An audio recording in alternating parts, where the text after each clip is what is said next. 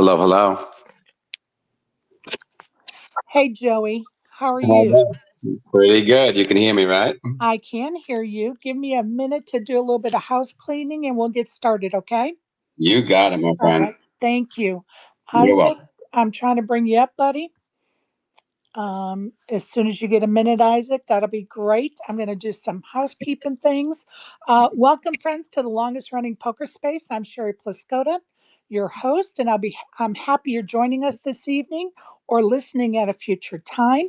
Many thanks to my sponsor, Elevator Results. If you need a tailor-made workout plan to help you lose weight or gain weight, Elevator Results can design that plan. Follow them on Twitter and check them out at their site at elevatorresultspt.com. Also, be reminded you can find the recordings of my past spaces at my YouTube channel at Sherry Pluskota 9212. Um, and of course, enjoy yourself with those re listens. Isaac, are you there, buddy? Yes, indeed. Yes, indeed. How you doing, Cher? I'm good. How are you? Just a Friday over here making some Mexican rice. Yummy. Uh, you Sounds know. fantastic. Meet Joey. Joey, meet Isaac. Yes, Hello, yes, how you doing? yes. I Pleasure to meet you digitally. Yeah, you Yeah. met each other in the poker.org lounge, Joey, just for reference. Oh, we did. That's right. Yep, All I was right. the one with the prayer beads. I remember. Mhm.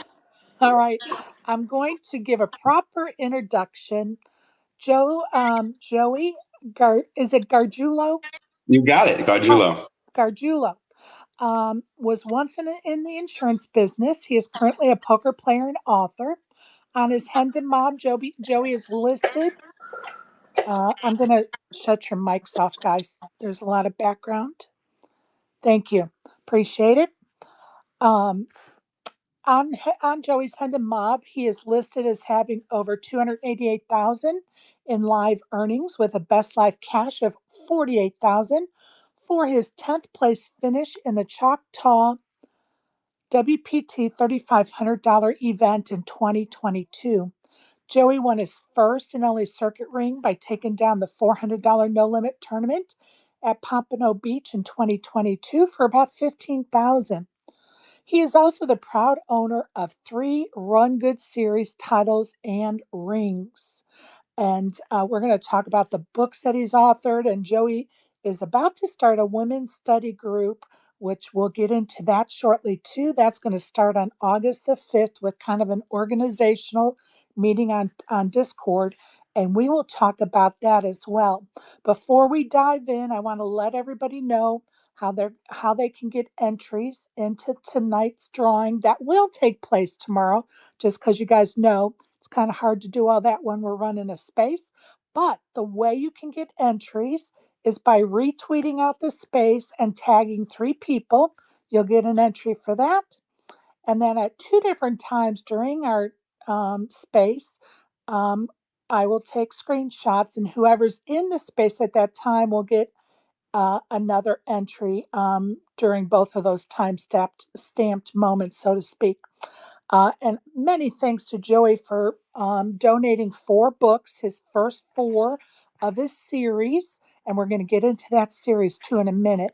About a $35 value that Joey has agreed to ship. Now, the one thing I didn't ask you, Joe, is are you willing to ship out of states, or do you just want it within the continental United States? You'll have to click on your microphone, bottom left corner. Uh-oh. Did we lose you, Joey?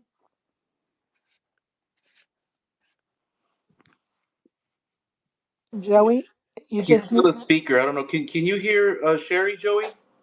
um you need to click the microphone button down on the bottom left. There you go. Oh, I'm sorry. I muted myself so I wasn't talking over you. And I appreciate that.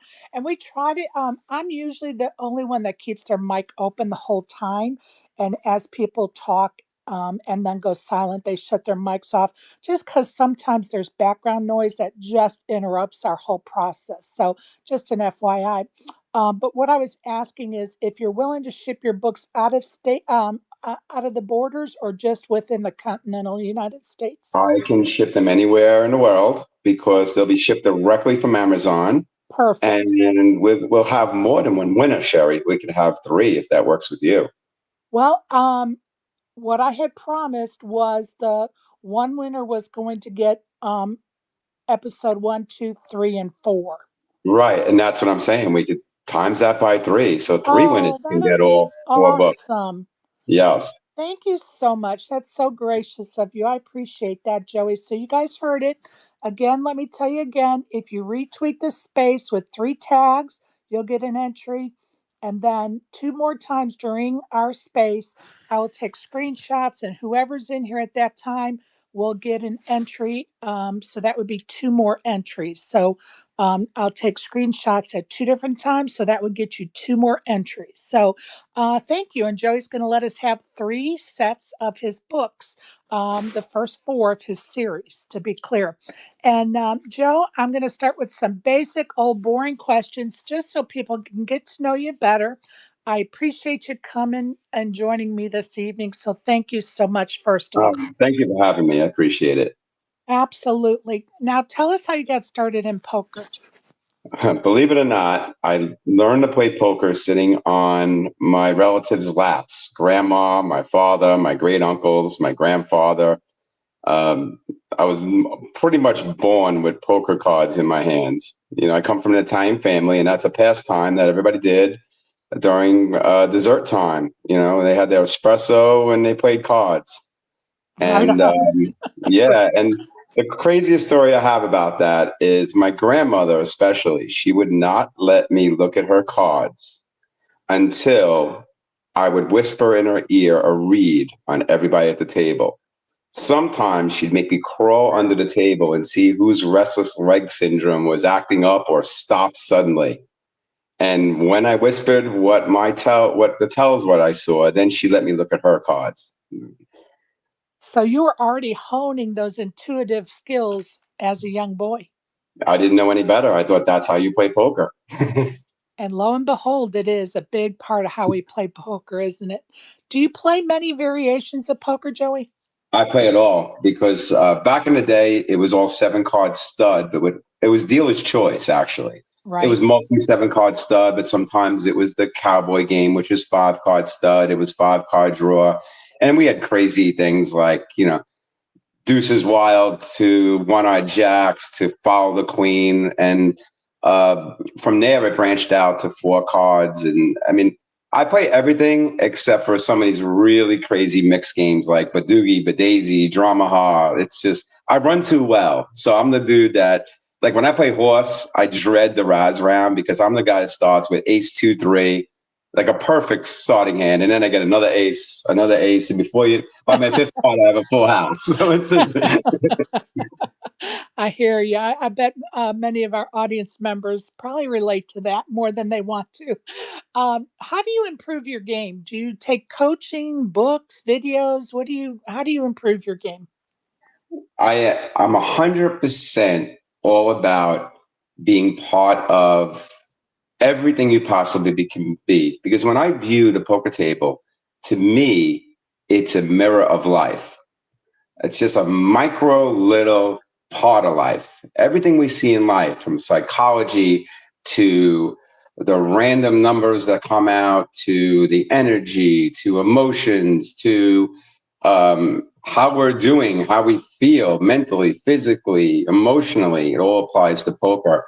I am a big advocate of education. So I'm a nerd. So I've read more books than you can imagine. I watch, even when I'm sleeping, I have educational videos playing because my subconscious mind will absorb it. I have been part of formal training. So I am a member of Chip Leader Coaching, Octopi. I mean, the list goes on because I feel like the approach should be a holistic approach, basically a microdose of everything that is out there.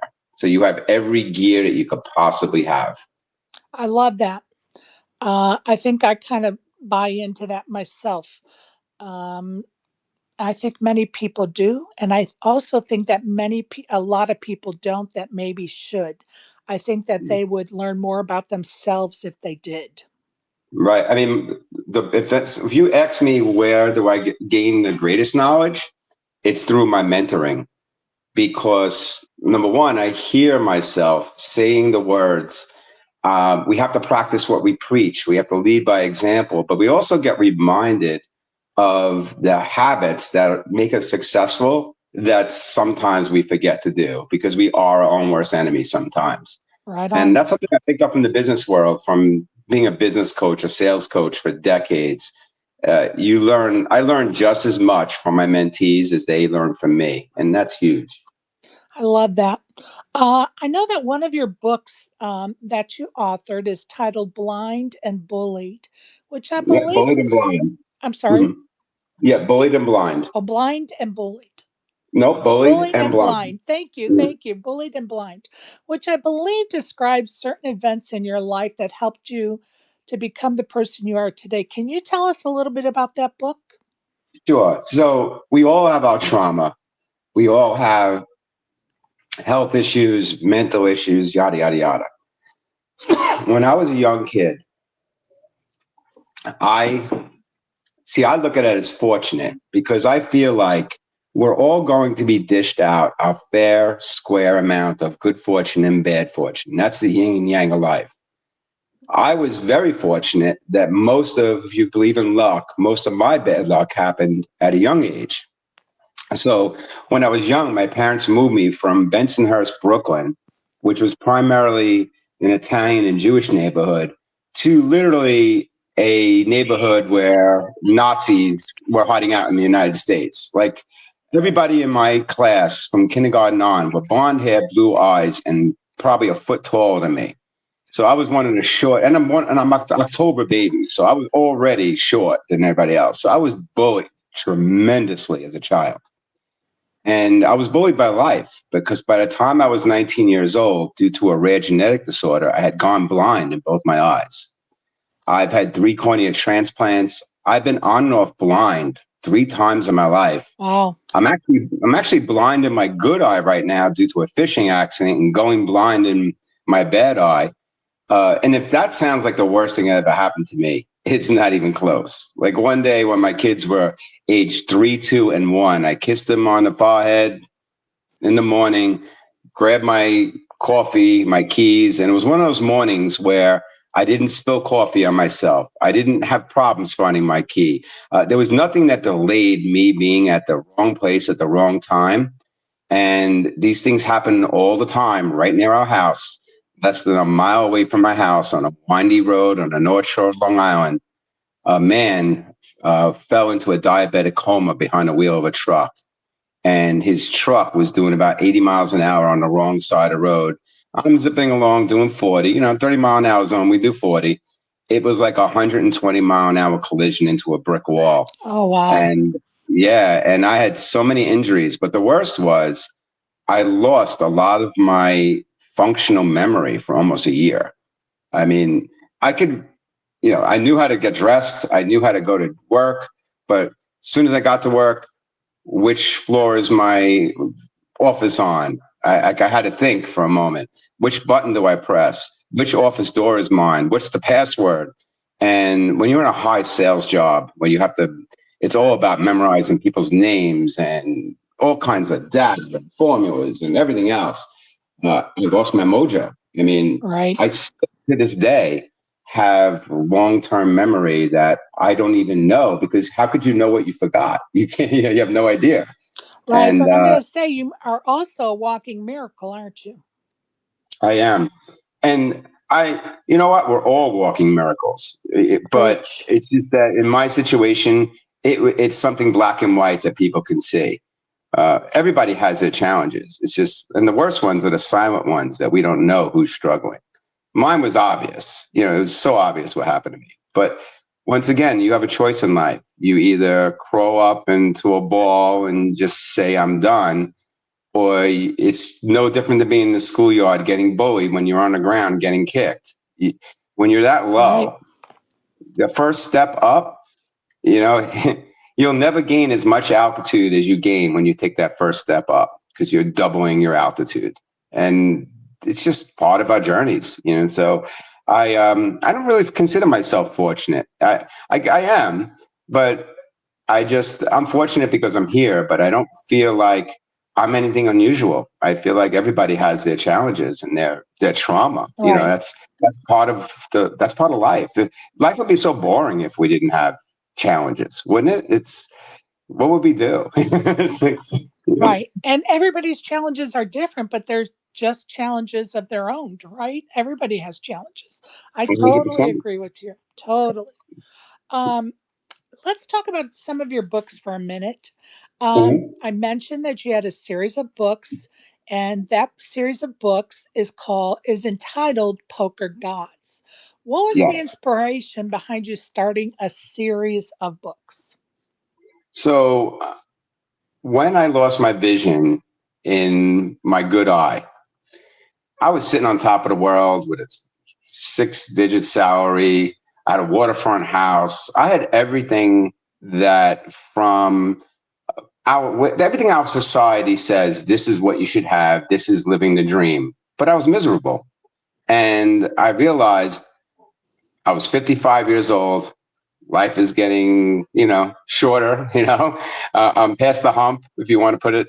And I tried to go back to work using one eye. And what was happening is that my vision was deteriorating so poorly that had I continued to work and produce and do everything that society wanted to, I would have sacrificed my vision. I would be blind right now. Right. And I had this spiritual awakening that, you know what? It's bucket list time. It's time to finish some projects. It's time to see let's be the best version of Joey that I could be. Let's see if I could be a better human being treating people because, I'm not proud of the way I treated people in the past. I mean, we all go through that, right? I wasn't proud of being egotistic. Right. And one thing that happened to me early on in life, because I grew up literally playing in underground clubs in New York and, big cash player, when I got to college, playing cash was easy. We never really had poker tournaments, but then online poker came around, right? So I get one of those free emails that we got back in the day, join, we'll match you money, yada, yada, yada. And I found it remarkably easy playing online poker. And but it gets boring because you're sitting there literally playing in your underwear in your bedroom. You know what I mean? It's like, and I'm a people person. I mean, I just want to interact. I'm right with you. I'm just Right? trying to tell you, I've dabbled in online poker just so I can get familiar with it. And I just want to scratch my own eyes out when I play online poker, like I Yeah, keep saying to exactly. you. Yeah. Oh, So what I started to do was I found these events where the final tables were televised. And I won a few. I was on TV back in the day when online poker tournaments had televised final tables on ESPN, on Fox Sports. And I met Matt Savage. Matt Savage was my tournament director twice while I was on TV, before there even was a TDA. That's how long ago this was. And at one point, I won it was kind of like a Daniel Negreanu challenge to the PCA, the Poker Caribbean Adventure, right after WPT was not actually sponsoring anymore, but they still had. I won this $10,000 tournament. It was a free tournament, by the way. Didn't cost me anything. Well, maybe it cost me $1. 10,000 people were in it. The winner got an all expense paid trip to Atlantis, a $10,000 entry into the main event, which was my only live tournament, by the way, which was crazy. that's And amazing. it's crazy, right? And then while I was there, my ex-wife, the mother of my children at the time, she's kind of sort of writing on the wall. She was a big Dan Marino fan. And she pulled me aside and said, you know what? If you pursue poker, you're going to be like Dan Marino, who's never home with his children. Is that the life that you really want? So I took 20 years off from playing poker tournaments. I still play cash all the time, Right. right? But I, that was my very first live tournament. And so when I had my bucket list come about, I was like, let me see what live poker tournaments are all about. Now, I wasn't like I just went out and looked for it. It found me. I was at a meeting up in Syracuse, New York, and I wanted to go visit my son who lived near Foxwoods. And I thought, wait, maybe I'll enter a poker tournament with my son. And these phones that we hold are so smart. As soon as I start Googling poker tournaments, I meant to write poker tournaments, Foxwoods, this banner comes up. For the first time ever, the World Series of Poker Circuit is in upstate New York, in the state of New York. It was at Turning Stones. And I'm like, where the hell is Turning Stones?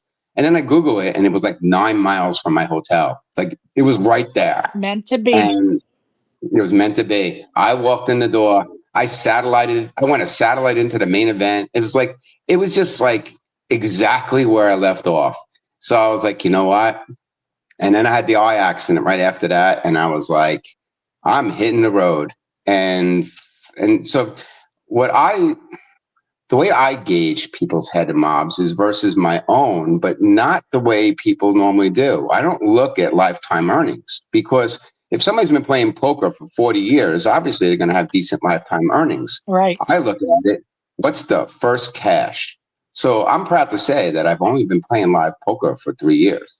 I won my first circuit ring 6 months. I won my circuit ring 6 months later. I won my first Run Good ring 8 months later. Love it. So I look at somebody's first 3 years of their career, and I say to myself, how am I doing compared to this player? And here I am knocking on the door of 100 cashes. And I live in North Vegas because I kept coming back to Vegas, East Coast to West Coast. And what was happening is I'm meeting all these players, and everybody's got a very interesting story. Right. And I have some interesting stories, right? So I'm like, it's time to journal all this. I'm a big journaler. I've always been my whole life. And I was journaling, but I didn't know why. And then on one day, a light bulb went off in my head. I'm like, I know what this is. I can write what will eventually turn into a TV series. And I even had an angel investor. Unfortunately, he's not with us anymore. When I pitched this to him, he's like, listen, let's publish books first. And then each book will be an episode. So because everybody likes to read listen, every great movie has a better book behind it, right? You have to agree with that. So why not put some books? And I love that you call them, each of his books is an episode. So book 1 is episode 1 for those that are joining us. And book 1, which is episode 1, is called or titled Rise of the AL Poker Villain. The AI poker villain. Oh, I'm sorry, AI. I have typos in my own notes. It's so sad. The Rise of the AI Poker Villain. So tell us something about that book. Okay, so what you have here is Goodfellas meets Rounders meets the story of Gandhi. Okay, because that's the only way I could describe it. It's all based upon real life experiences of myself and people I know. So the stories that are in there are real. I can't tell you who those people are. I can't tell you if they're all me or who they are. Right. But basically, it goes through the history of poker from day one. It doesn't start with the history of poker, but it takes place in the future. It's sci-fi too, by the way. So it takes place in the future, and you have this villain who is cheating in the World Series of Poker main event using a state-of-the-art wearable device that is not glasses. It's actually a contact lens. I got this from my own. Listen, I know a thing or two about contact lenses because of my eye injuries and my disease that I have, right? There are contact lenses now that can project images right on your retina. Right. These are already out. Right. So everybody's like, oh, gung-ho these days about smart glasses. Smart glasses are old school compared to what the technology is. So this person is using a contact lens that projects the image onto their retina. And what they see is this virtual heads-up display. If they look at a chip stack, it tells them how many chips are in it, how many big blinds. When they look at the person, it does a complete profile of every psychological marker. It can measure their pulse, their blood pressure, their body temperature, their breathing, everything you could possibly. It's total awareness. Am I the only one thinking that Matt Savage would be? having a heart attack listening to this right now. Oh, 100%. And the truth is, this technology is out there with glasses right now. I Oh, I know, know. right? And imagine this. Imagine when you look at a player, it doesn't just do that. It tells you their head and mob. It knows what their favorite hands are, what their ranges are, right? Oh You God. look at you, oh my God. But this is the future of poker, and this is a challenge Yeah, it is. for the gambling industry. So I'm writing about real world. Uh-oh. Uh-oh. I think Isaac muted us by mistake. Go ahead, Joey. You'll have to click on. Did I mute people? Yeah, I don't. you Oh, I'm muted so us. sorry. That's okay. Joey, you'll have to click off the microphone in the bottom left corner again. Okay, how was that? All right. Sorry What's the about that. last thing everybody heard? Just that I panicked. We're talking about Matt Savage who have a heart attack. Yeah, and Okay. then you just said that that's like going in that future, like that's our future. Right. And how These are the it? challenges. And so the first episode touches upon the scenario. And that's really the whole first season is this character who is the hero, and his childhood friend actually stole the technology from him. Now, the technology, he didn't invent the technology for poker. He invented it as a tool for autistic children so they could communicate, for blind people so they could see. So, like for the good of humanity, Right. right? Of course. And but also in the spirit of the movie War Games, right? Where AI just can be artificial intelligence can be turned against us in the cruelest ways. This villain is just using it for greed. And I'm not going to give away the whole story, but what I like about it, what I've done here is I have a lot of philosophical quotes.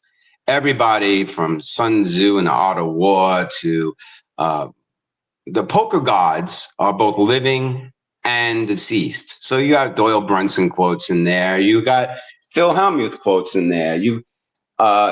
It's a living, breathing organism. This series, it's greater than I will ever know what it is. And those who have read it, I even have two episodes out. I've been recording them on audio, so I have two out on audio now. So if somebody doesn't want to read, they can go, and if they have Audible credits, they can download the first two episodes. The other two I have to edit, but they're all recorded, and I put sound effects in, and it's almost like I tried to get the effect of what the movies will be. Right. If somebody comes along and turns this into something, but if not. But what's really cool is I put poker strategy in it. It's a little bit of everything. I love that. And tell us, okay, episode 2 is called Poker is Fucked. Tell us a little bit about that one. So this is where we realize that the technology is taking humanity out of poker. I mean, and that's where we're heading right now. If you think, I was at the rail last year during the main event. Right. I was actually behind the rail, behind the laptop, not powering the laptop, but I saw what was on the laptop and laptop game. And that's when I started writing that episode, because between people not wanting to have a personality anymore, or the rules that we have in place don't allow sometimes people to be all they could be and play poker. And we could blame my friend Jamie Gold for that. The Jamie Gold rule. Now you can't talk about your hands. You can't say anything that's going to change the action. But that's, when we play cash, we're still playing pure poker. We can do it. We can show our cards, right? Since you brought it up, let's derail for a minute. And you talked about being on the rail while all that was taking place in the 2024 main event. Is that something you don't want happening, or something you do want happening on the rail? I don't. I believe that, well, let's put it this way. Imagine a husband and wife in an argument, and each of them using their AI to prove their point, right? Literally looking up, what's the best AI? What can I say that will stick my husband or my wife in a situation where they won't know how to respond? Now, I'm not saying that you couldn't use AI to say, what's the most comforting thing I can do to neutralize this, and what's the advice? But people don't work that way, unfortunately. So the Poker is Fucked book is really, that episode really drives home how much we don't really realize is going on behind the scenes.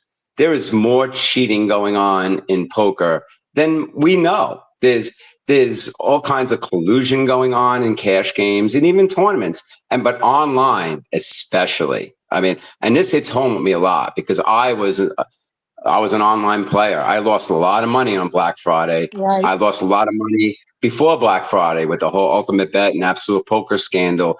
I know what it feels like when, how is it possible that it always turn the nuts and then river the second nuts? Like, what's going on here? Or how does this person have this absolute read on me? And so I understand all of that. And the books, if you knew the history, and you read it in the books of how I know about all this, my childhood best friend and had connections to some organized crime people, and some of the technology that we worked on together to develop solvers and stuff like that eventually evolved into bots. Like, Right. I hate to say it, but I'm actually come from a circle of the original inventors of bots. You know, I'm not proud of that because it was never intended to take advantage of people. It was intended, like the movie War Games. It was intended. It was a high school project. Write a program that could beat a human being in a game,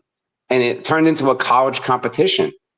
And I mean, listen, if somebody writes a program on how to beat a chess player at chess, it's the greatest thing in the world.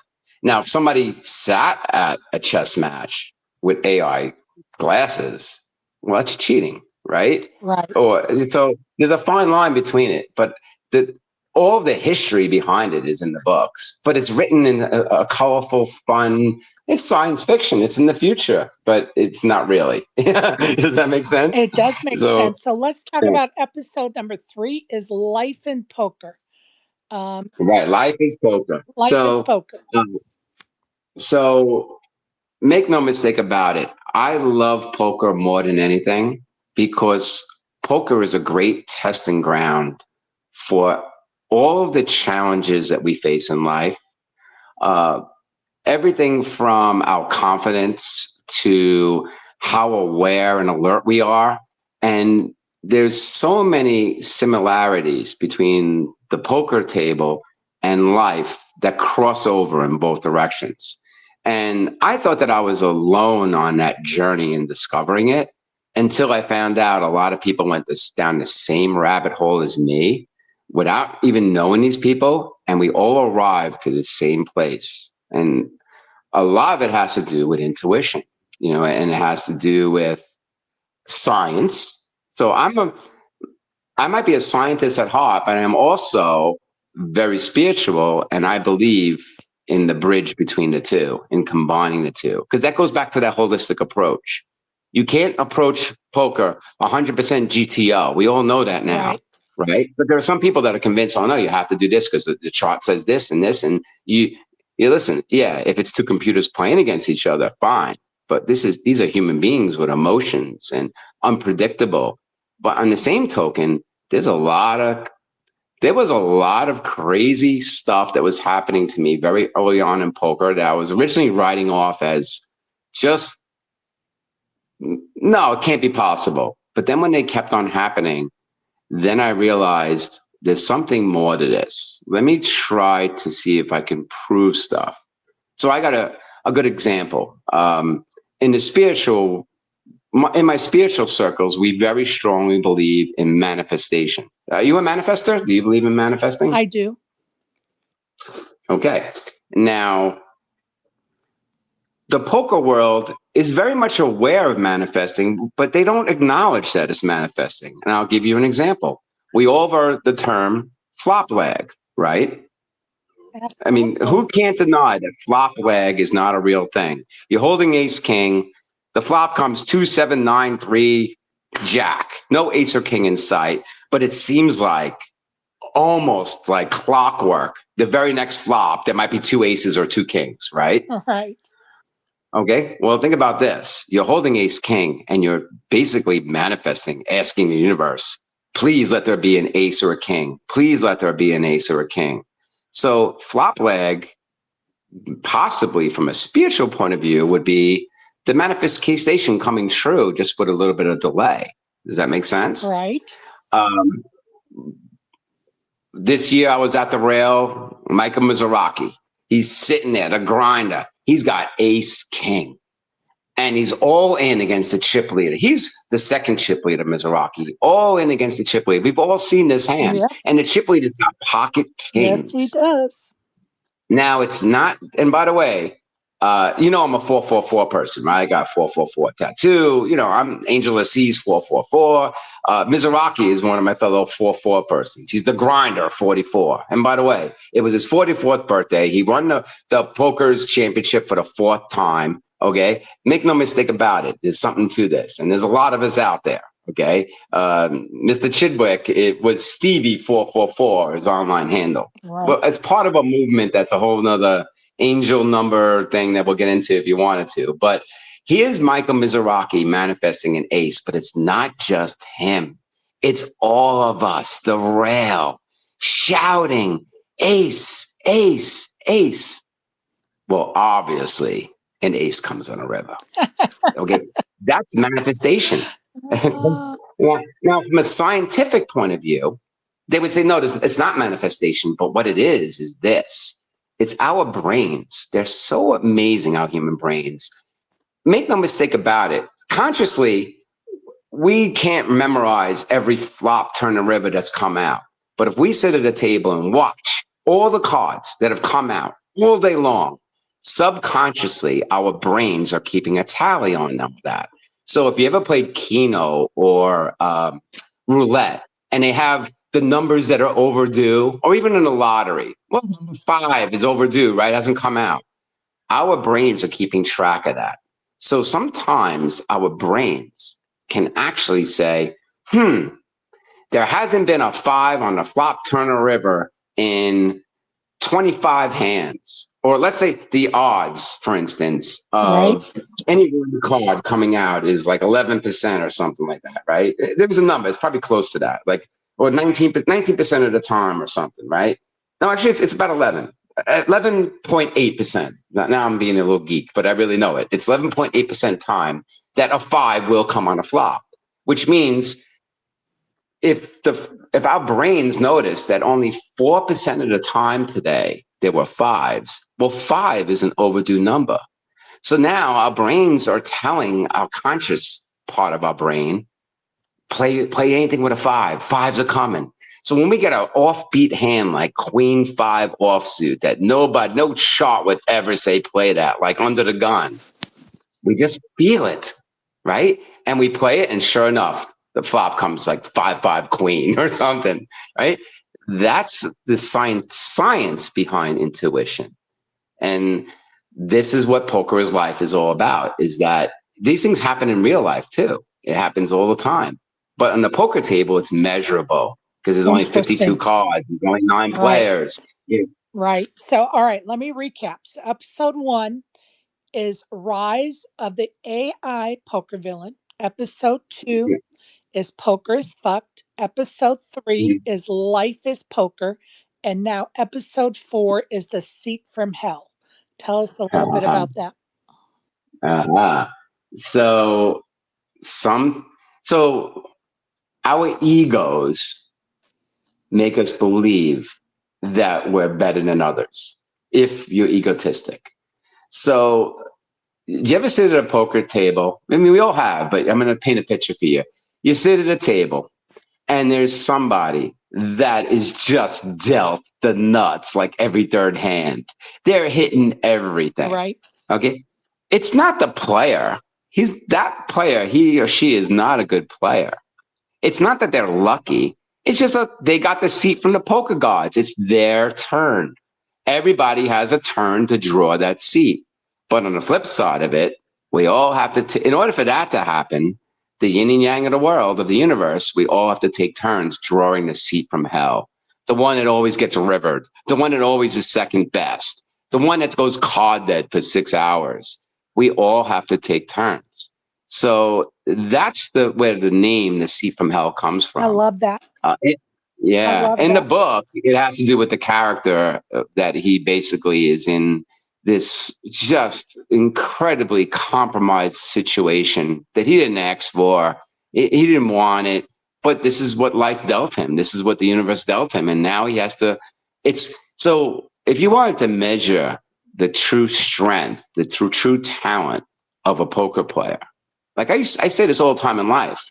I say it in the Bullied and Blind book.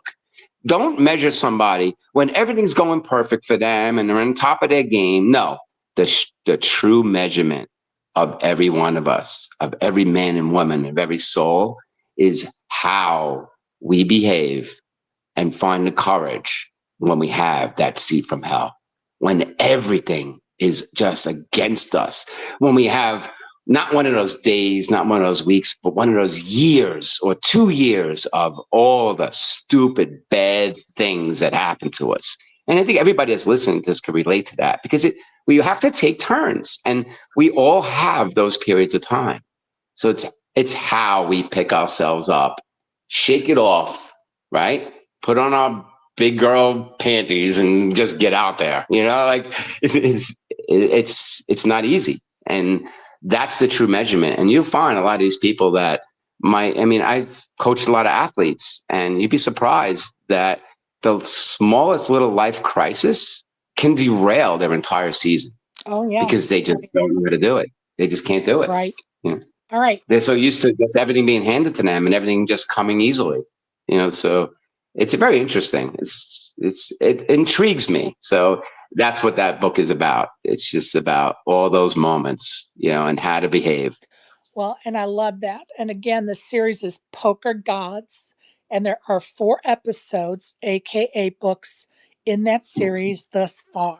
I'm going to pivot us here in a minute. Before I do, though, I want to remind people that are just joining us that if you want your name to go into a drawing for the first 4 books of Joey's series, Poker Gods, and he will ship them overseas to you from Amazon. So everybody's eligible. Um, Retweet the space and tag 3 people. And then I've already taken a screenshot once of everybody that's in here. So whoever was in here at that time will get an entry into the drawing. Retweet the space out, you'll get an entry. And then I will also take another set of screenshots here in a little bit. And so you have 3 chances of getting an entry into the drawing for the 4 books that we will have shipped to you no matter where you live. So that is such a gracious offer by Joey. And he's going to do that for 3 of our listeners. So 3 sets of books are going to go out. So thank you, Joey, for that. Now I'm going to pivot us. I'm sorry, go ahead. No, you're very welcome, I said. Oh, thank you. I'm going to pivot us, and I'm going to ask you something that we've kind of talked about often here in Spaces in the last few months, because there was you may have heard about it, there was a player that was playing in the Gulf Coast in February or March, and he rebought into a tournament I want to say it was 26 times into a $400 tournament. And so we've had a lot of discussions about that here. And so I've been asking my guests this question. I'm going to ask you, just because I want to hear different points of view from different players, because some of our operators kind of have their own train of thought about what they think on this topic. And of course, and some have others' opinions, same thing with players. So here it is. If I said to you, Joey, the world of poker is putting a new rule into place and we want your input, we are going to limit the number of rebuys into all the tournaments in the world. How many rebuys do you think players should be allowed? Should be 3. 3 strikes are out. Okay. 3. Yep. And what are the most rebuys you've ever done in a tournament? 4 or 5. Okay. All right. Thank you. What do you think of people that rebuy, 15, 20, in this case, 26 times? What do you think of that plan of action? Well, what you're doing is you're buying yourself a cash. 100% you're buying yourself a cash. And the reason why is because we were just speaking about is that eventually, if you rebuy enough, you will land in one of those seats where you could do no wrong. It doesn't make you a better player. It just gives you, it's like a lottery ticket. It gives you more opportunity to buy the seat. And what I think it's grossly unfair against are, like, I coach a lot of people, and some of these people are saving all month for one buy-in into a $400 tournament. That's their budget. And they're stuck with the seat that they were randomly given. And they have no choice but to ride that seat out. That's the difference between cash and tournaments. One of the major differences is that in cash, if you sit down in a seat and it's cold, you could just ask for a seat change. You could ask for a table change, right? But in tournaments, we're stuck. So it's grossly unfair to the minority, the people who cannot afford to buy themselves a cash. It's grossly unfair to just poker itself. I think it's an insult to poker. I mean, if you think about it, back in the day, everything was freeze outs. Right. That's how. Imagine if we were playing with children and playing a board game like Monopoly. That's a perfect example. Imagine if the rule was you could go bankrupt and you just get a brand new bankroll every single time. First of all, the game would never probably end until somebody gets tired. But how is that fair to everybody else? I totally who's agree. grinding it out, right? I totally agree. So, and I have no yeah, problem with 3. I have no problem with that number whatsoever, but I think it has to be a positive experience for everybody, not just those that can afford it. And I yeah, don't think there's anything good that comes out of someone buying 20, 30, whatever, 15 times. It grows the pot, but I don't think it's worth it because there just aren't enough people doing that. But for right. those that are sitting at that table and are a victim of that, I think it Mhm. ruins that table. Yeah, I'll tell you what else it does. So I'm good. I'll consider myself a really good acquaintances, borderline close enough friends with like Ari Engel and Dan Lowry. Now you take somebody like Maurice Hawkins. Okay. Now I can speak from my experience and my observation being in Cherokee, playing with him, busting him out of a tournament, and before I could blink an eye, he's at another table. Right. And then I see him get up again and buy another bullet and another bullet.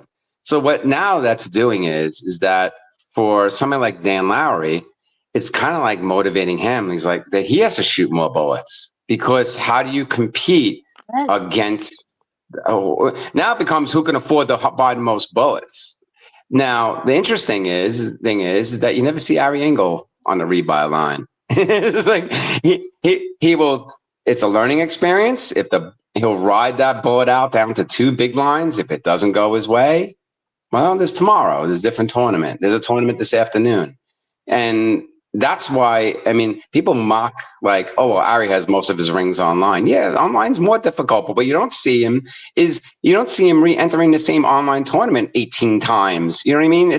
He's still doing the one bullet wonder thing, Right. and that's. I mean, I pat him on the shoulder. Like, I admire him to death, and he knows that for the discipline.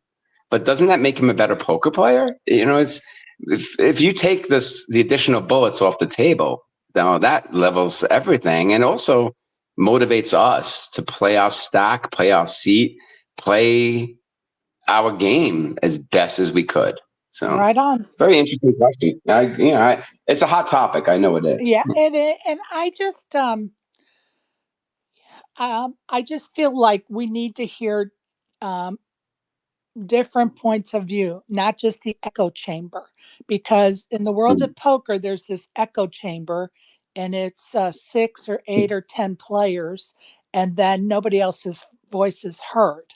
And so I do believe it is an important topic. And so I will continue to ask that question probably through the first of the year of all my guests, because I just want to hear. The uphill battle is on the corporate side because there's less rake then if there's less buy-ins. So now But it's here's the like, thing. Here's the thing. yeah. And this is what I challenge our operators. You have the numbers.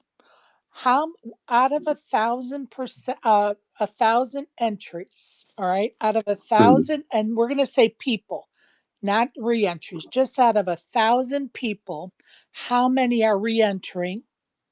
And then how many times are they re-entering?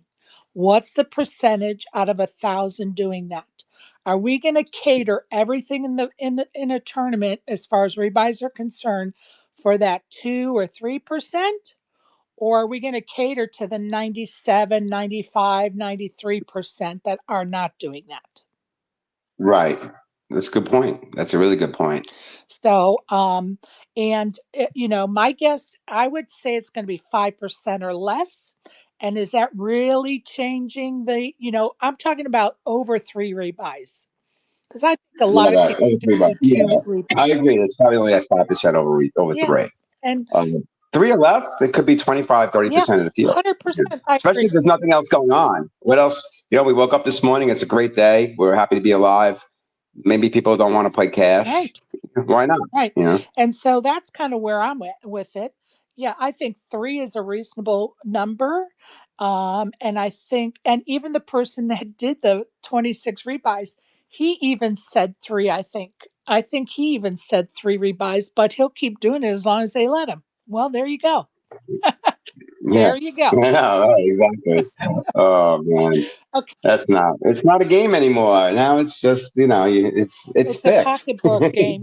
Yeah, you're buying your way to the final table. But anyway, You are 100%. Okay, in 2024, you won your third Run Good ring in a heads-up battle with Jules Cornelius, who, by the way, Oh, a was great friend of vying mine. for her 4th Run Good ring. Do you remember the last hand of that tournament and how you won that ring? Yeah, it was pocket deuces. Pocket deuces. Never loses. Deuces never loses. And that by far was my most favorite final table, my favorite heads up match ever. Because it was Jules, and Jules and I, we're like fellow Earth Angels. It's just like, she's like the boy. I'm the girl version of him. That's what she says, right? She's like, I'm the girl version of him, and I say that she's the boy version of me. Okay, that's what we say. And it was just so much laughs, so much fun. It was pocket deuces, and it got to the point where neither of us even cared who won. Oh, I love that. We didn't want it to end. It was just, and that's the way poker should be, right? Absolutely. It's just, listen, when you get down heads up, now it's like, first of all, when you make it to the final table, that's an accomplishment right there, right? And I take great pride on the percentage of final tables I make out of my tournaments, because it's a journey and it's not always easy.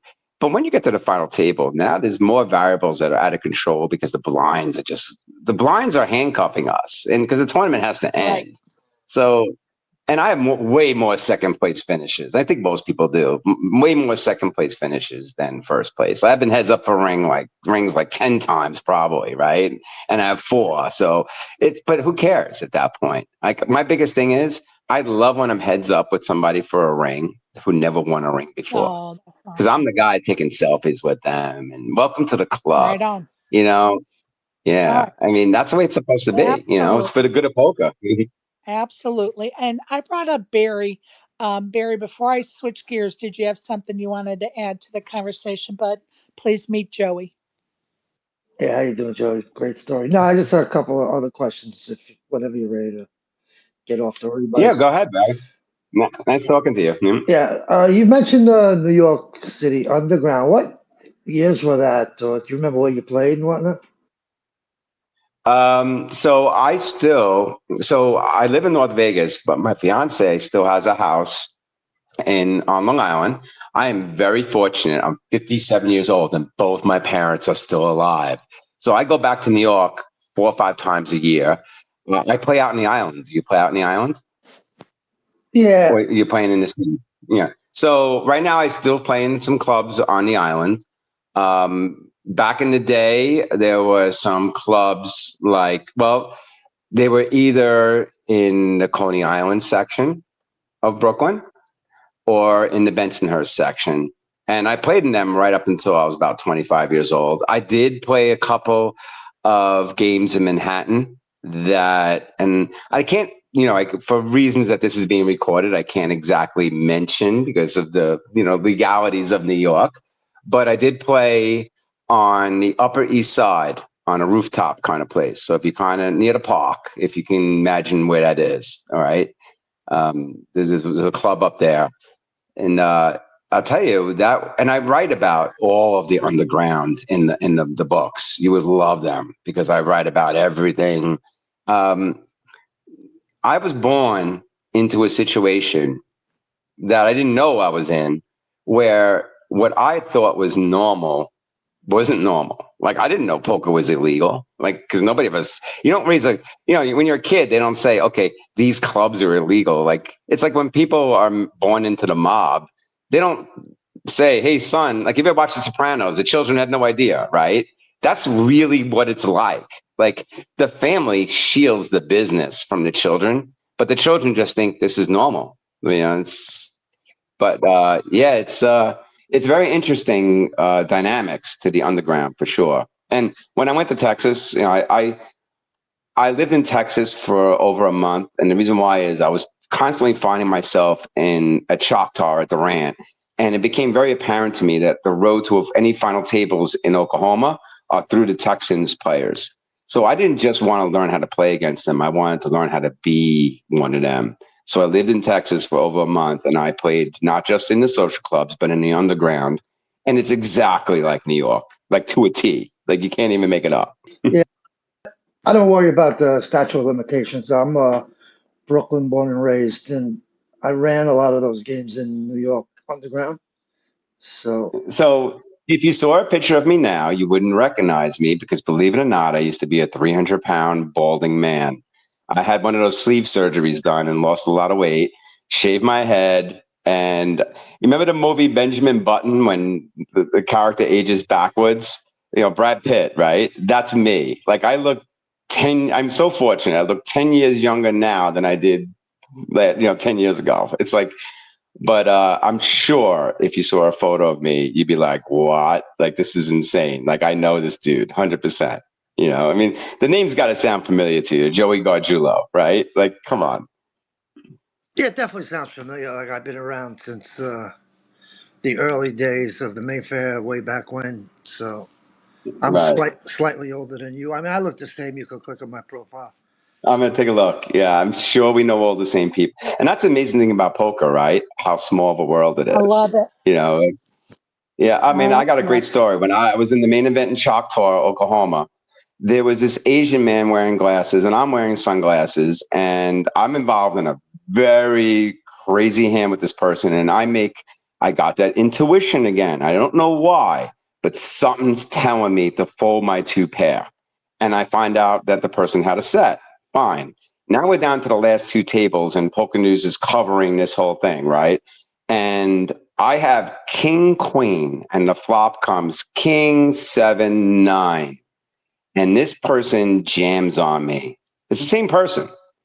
And I got that intuition again. So I'm like, okay, I don't know. And I fold the king, queen, and I show it. And this person's beside themselves. Like, how did you do that? Now the person takes his glasses off. I take my glasses off. And he goes, Joey? And I go, Bin Wang? I kid you not. Ben and I know each other like for decades. But what's the odds? I hadn't seen him in 20 years, and maybe 10 years at that point, right? What's the odds that we're both in Oklahoma, both in the main event? I literally have him on speed dial. I used to be a patron of his sushi restaurant. Him and his wife were my insurance client. We lived 5 miles from each other. You can't make this up. what Cuz, for instance, you know who Cuz is, right? Yes. Cuz sold me my first Oh car. God, Like, that's this is hilarious. right.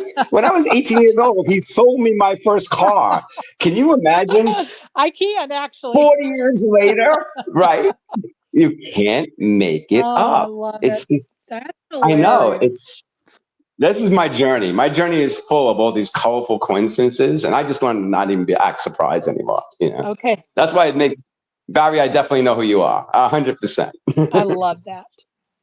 Mhm. I love that. Okay, reminder if you want to be in the drawings for the copies of Joey's first 4 books in a series, we're going to give away 3 sets of 4 books. Make sure that you retweet the space with 3 tags on it, and I will be taking pictures of the space. So you want to be in it when I'm taking those pictures, of course. So just a reminder for those that may have just joined us as well. All right, Joey, let's talk about the new thing on the block because I know I promised you an hour tonight. So, you're about to start a women's study group. Tell us how you came up with this idea or what's motivating you.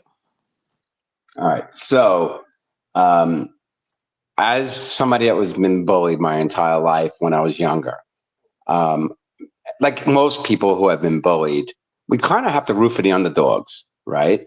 And it baffles me as somebody who I was the I've had I have like 4 aunts.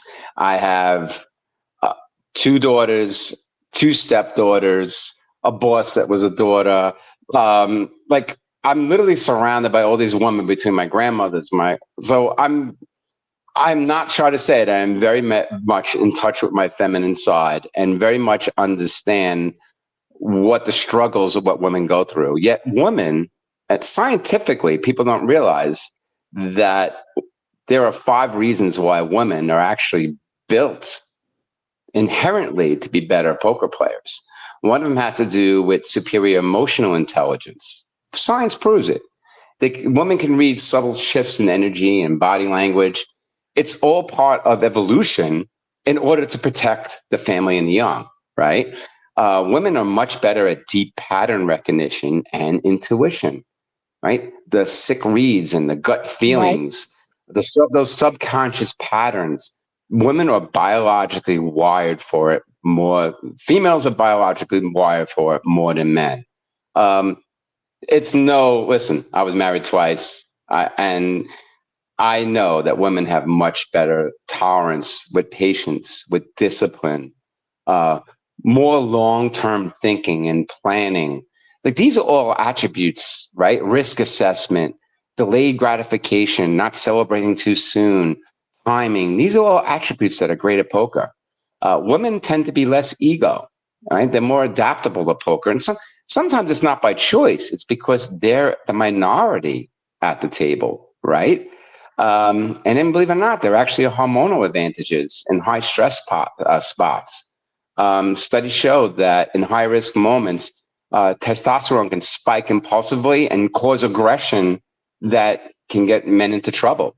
Okay, it backfires in poker, but women tend to stay very calm and more focused on the pressure. So they're not going to donk off their chips. They're not going to go on tilt as much. They're more surgical and calculated. They're not going to react to stupidity. Right, exactly. And for some reason that I am still trying to tap into, my most successful students are women.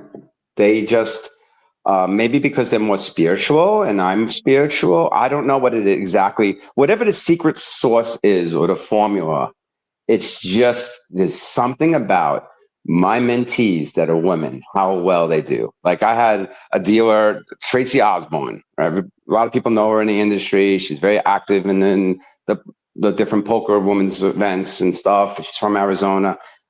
She stays with myself and my fiance during the summer. This year she did less dealing than she did playing because she had like 15 cashes. You know, it's Love like, it. what's going on here, right? I mean, that's a great success story for me. I'm coaching a woman right now. I don't want to say her name because I'm not sure if she wants anybody to know I'm coaching her. But we started 3 weeks ago. We started weekly sessions, and she's already now made 3 final tables, won 2 of those. And so for me, the most rewarding thing that any mentee can do is surpass me. That's what I want. And what I realized is that not everybody, especially some women that are working women, single moms, not everybody can afford $50 an hour coaching, And so what ends up happening is that these light bulbs are going off in my head, and I'm like, wait a minute. When I was back in the day, when I was a Liberty Mutual sales rep, one of the things, part of my job responsibility was to mentor other sales reps. And when Microsoft Teams and Zoom and all those apps, great apps came about, I started almost like a secret underground organization within the company where we met weekly for 90 minutes, brainstorming, talking about coaching. And I wasn't the one preaching. What I did is I created a group of talented individuals, everyone from rookies all the way up to people who've been with the company for 40 years. And I would come up with a schedule based upon the talents from interviewing the members. And every week we would take turns facilitating the meeting, get people out of their shell, talk about the success. What's your expertise? Okay, so you're going to do this in a Discord channel? Is that what you're going to do? Yes. So we have a Discord channel, and it's free. There will be premium packages at some point, but I got to get this group off the running block. And what I'm doing is that we're going to have monthly guest speakers. I already got Lucky Chewy Lichtenberger on board. He's going to come in one week and be the guest speaker. Let everybody pick his brain about his new app, Kismet. And he's a lot like me, very intuitive poker player. By the way, fellow Long Islander. Okay, he lived literally like 5 miles from where they raised my kids. Yeah, you can't make this. He's been a guest in my space. We love Louis, Lucky Chewy here. Chewy, sure. Yeah. Well, it's funny when I looked at your previous when I went and prep for this, and I was looking at your previous guest list. I'm like, are you kidding me? Like half my friends have been your guest. Okay, so for instance, I'll have Drew Gonzalez one week, right? Bet on Drew. He's going to come in and let's talk about what he does. And I'm going to have Ashley Frank, Poker Face Ash. She said she would love to do it. I'm going to have Jules. I mean, the list goes on and on and on. And the whole point of the group is that we have this goal. All my mentees are on board with this. Our goal is that in 2026, at every major event, in every series, have a woman at the final table. Like, this is something that should have happened already. But why it didn't happen, who cares? The future's now, and that's the goal of the group. Now, what's really cool about Discord is, because I'm a techie person, I have this AI I've been training for a very, very long time. And it's kind of like the AI I speak about in the Poker Gods books. It's this all-knowing, all-seeing AI. And the members are going to have access to it, which is really, really cool. It can do everything. Yeah, it can do everything from it can figure, basically this AI speaks with other poker trainer AIs, because I'm in collaboration with a lot of people that develop these AIs. So it's going to basically know everything there is to know about poker, players, but it's also going to know everything about the members of the group, because if you're not balanced outside the poker table, you're not going to be balanced at the poker table. Does that make sense? Absolutely. So you're going to do an organizational meeting on Discord on August the 5th at 7:44 p.m. Eastern time. And then after that kickoff show, are you going to go weekly after that?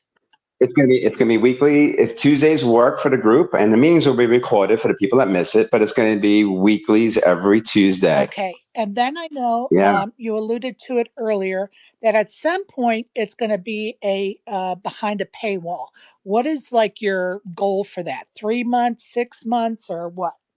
Yeah, so it's going to be 100% free for the first 3 months, and it'll always be free. But there were going to be parts that I don't care about my time. because, whatever. Money's not important to me, but I will have expenses that, like, for instance, this AI that I'm putting in there. You have to, and with the way AI works is when you have an AI like what I have, for me to share it with anybody, I have to pay for every word that somebody types. They're called tokens. It's about a word's worth. Now, is it expensive? No. But if I have 100 people on this AI, it could be hundreds of dollars a month for me just to have the AI up and running. Right. And then there's going to be some tools in there that are very valuable that I have to purchase. So and it's going to be stupid. It's going to be like $44 a month. It's a 444 thing. So $44.44 a month for like the most premium subscription to access everything. And right. So that'll kick in yeah. at the 3-month mark. Mhm. And how would somebody sign up or get involved? I can post a link, or you can share the link. I'll send it to you. And it's the first 100 people, because Discord, I think, can only have 100 people on it, but I will record it. So if you can't get in on the meeting, that's fine. You'll be able to go in and just see a video of it. I'm going to record it. And if it grows to more than 100, then I have to figure it out. I'm sure I could upgrade my Discord plan, which is fine. You know what I mean? But that's where it's going to be. And I'm very, very excited about this. You can see it's like I was built for this. And my mentees are excited because they never communicate with each other. So they're going to meet each other for the first time. And I want them to, together, united, they could be way more powerful than they are individually. You know what I mean? If they start sharing hand histories and, oh my God, it's going to be insane. It's really, really cool. I'm excited because you're excited. And anybody that knows me knows that I will support anything that's positive in the poker world. So I'm happy you're embarking on something you're excited about for sure. Matt is up here. I'm going to give you a minute, Matt, to ask your question. So go ahead, please meet Joey. Hey, Sherry, thank you for having me on. I managed to get through the technology side in the end. And hello to Joey, and I've got to say you are an absolute inspiration to so many people, man. Good on you, and keep it going. Appreciate you. Thank you. So listen, we are poker, true or false, right? Yet we let a few bad eggs dictate what poker is. That's not true. We are poker. Without us, there would be no poker, right, Matt? If we all decide, this isn't for us, so I'm not going to put up with it. So why not? And Matt, do you sense like there's this movement? I mean, like Sherry's like an epicenter of part of it, right? But isn't it's like our time, So I appreciate that because it validates the feeling I have. Does that make sense? Absolutely, 100%. I was going to ask you, and I know I'm going to have to. I know, Sherry, you want me to make it quick, so I'll try and make it as brief as I can. Go right ahead. Oh, take your time. Thanks, guys. I was just going to ask you, if somebody wanted to get into poker, say, going from a beginner to a professional poker player, what advice would you give them? So awareness is knowledge. Knowledge is power. So with that being said, if you keep an open mind, study everything, but do it from a critical eye. Just because somebody wrote a book about something doesn't mean that this is the Bible. Does that make sense? Repetition is very important. If you think of our brain like a muscle, you need to have a lot of hands, a lot of muscle memory. I would start on a free online site. I know those things are crazy, but if you could navigate through over and over again, like if your interest is tournaments, play tournaments. If your interest is cash, play cash. It baffles me every time when I get to a final table and everybody's like, chop, chop, chop. And I'm like, why would you want to chop? You know why they want to chop? Because they have no heads-up experience. Yet you can go online on a free site or even playing for $1 and play heads-up sit and goes until your eyes are like watering. Get the hand repetition in. It's no different than anything. If you ask me, Hey, and lessons are huge. Well, listen, if I was a golfer, or if you were a golfer, and we went out to a golf course and we're kicking our friends' asses. It doesn't mean that we could just join the PGA Tour, right? We still would have to have a coach. I have coaches. We all need that, and just having someone who's been down the path, who's made the mistakes, and God knows I've made mistakes. Okay, but that's how we learn in life, is from making mistakes. But when you have a coach, it's a lot easier. So it's all about the knowledge, my friend. It's a game. It's a game when you break it down. And does it have a lot of skill in it? Sure. Does it have luck? I don't know. I don't believe in luck. I believe we make our own fortune. But you could bridge up. It's the same deck of cards, whether you're playing for free online, playing with kids, or if you're playing in $1 million buy-in, right? It's the same deck of cards. Amen. Amen to that. Joey, you have been an absolute delight. I thank you. Matt, was your question answered? And did you have any others? Oh, wow! How could I beat that? That is just absolutely. That's the best answer anybody's ever given. I have to say, thank you for that, Joey. That's amazing. And basically, you're right. It's also as well if you need to say if you were starting a new job or something, you're gonna be nervous, but you've got to have like a positive mindset, and sometimes having that positive mindset can carry over to other people, and they can get inspired by you to to keep going, and it helps them, and it gives them the confidence to do the job better, no matter what it is. 100%. There's this running joke I have. The only person in the world that should not be making mistakes is a brain surgeon. And if they do, you're not going to remember anyway. The rest of us, we're entitled to make mistakes. Okay? So it's okay to make mistakes. That's the only way we learn. Everybody's got to start somewhere. And everybody who is somebody started as an amateur, right? Right on.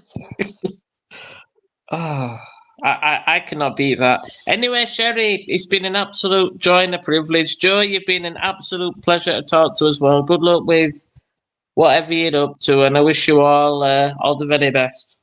Thank you so much, Matt. Thank you, Matt, so much. And Joey, I'm going to let you off the hook, my friend. It's been a delight again. Joey's women's study group is going to have their first organizational meeting August the 5th at 7:44 p.m. in Discord. Definitely look at Joey's profile pic there and follow him. And if you need more information, let me know and I'll get you the links. Invite your friends that are females to join that group. I'm sure they're going to have some great speakers and learn a lot. And so make sure you guys reach out to Joey. Again, Joe, thanks so much for joining us. Sherry, thank you for all that you do. We need more Sherrys in our life, that's for sure. Thank you. I appreciate you and your kind words. And hopefully I'll see you on the road soon. Oh, yeah, absolutely. 100%. Well, I'm going to let you bunk out because we have some spaces business to do that'll probably bore you. So I don't want you to feel like you have to stay for it. But we are kind of on a timeline because the Green Visor Gang, which Isaac and some of the folks in here are going to do a game tonight at 9:30. So we want to get some of their information out. So I appreciate you, Joe.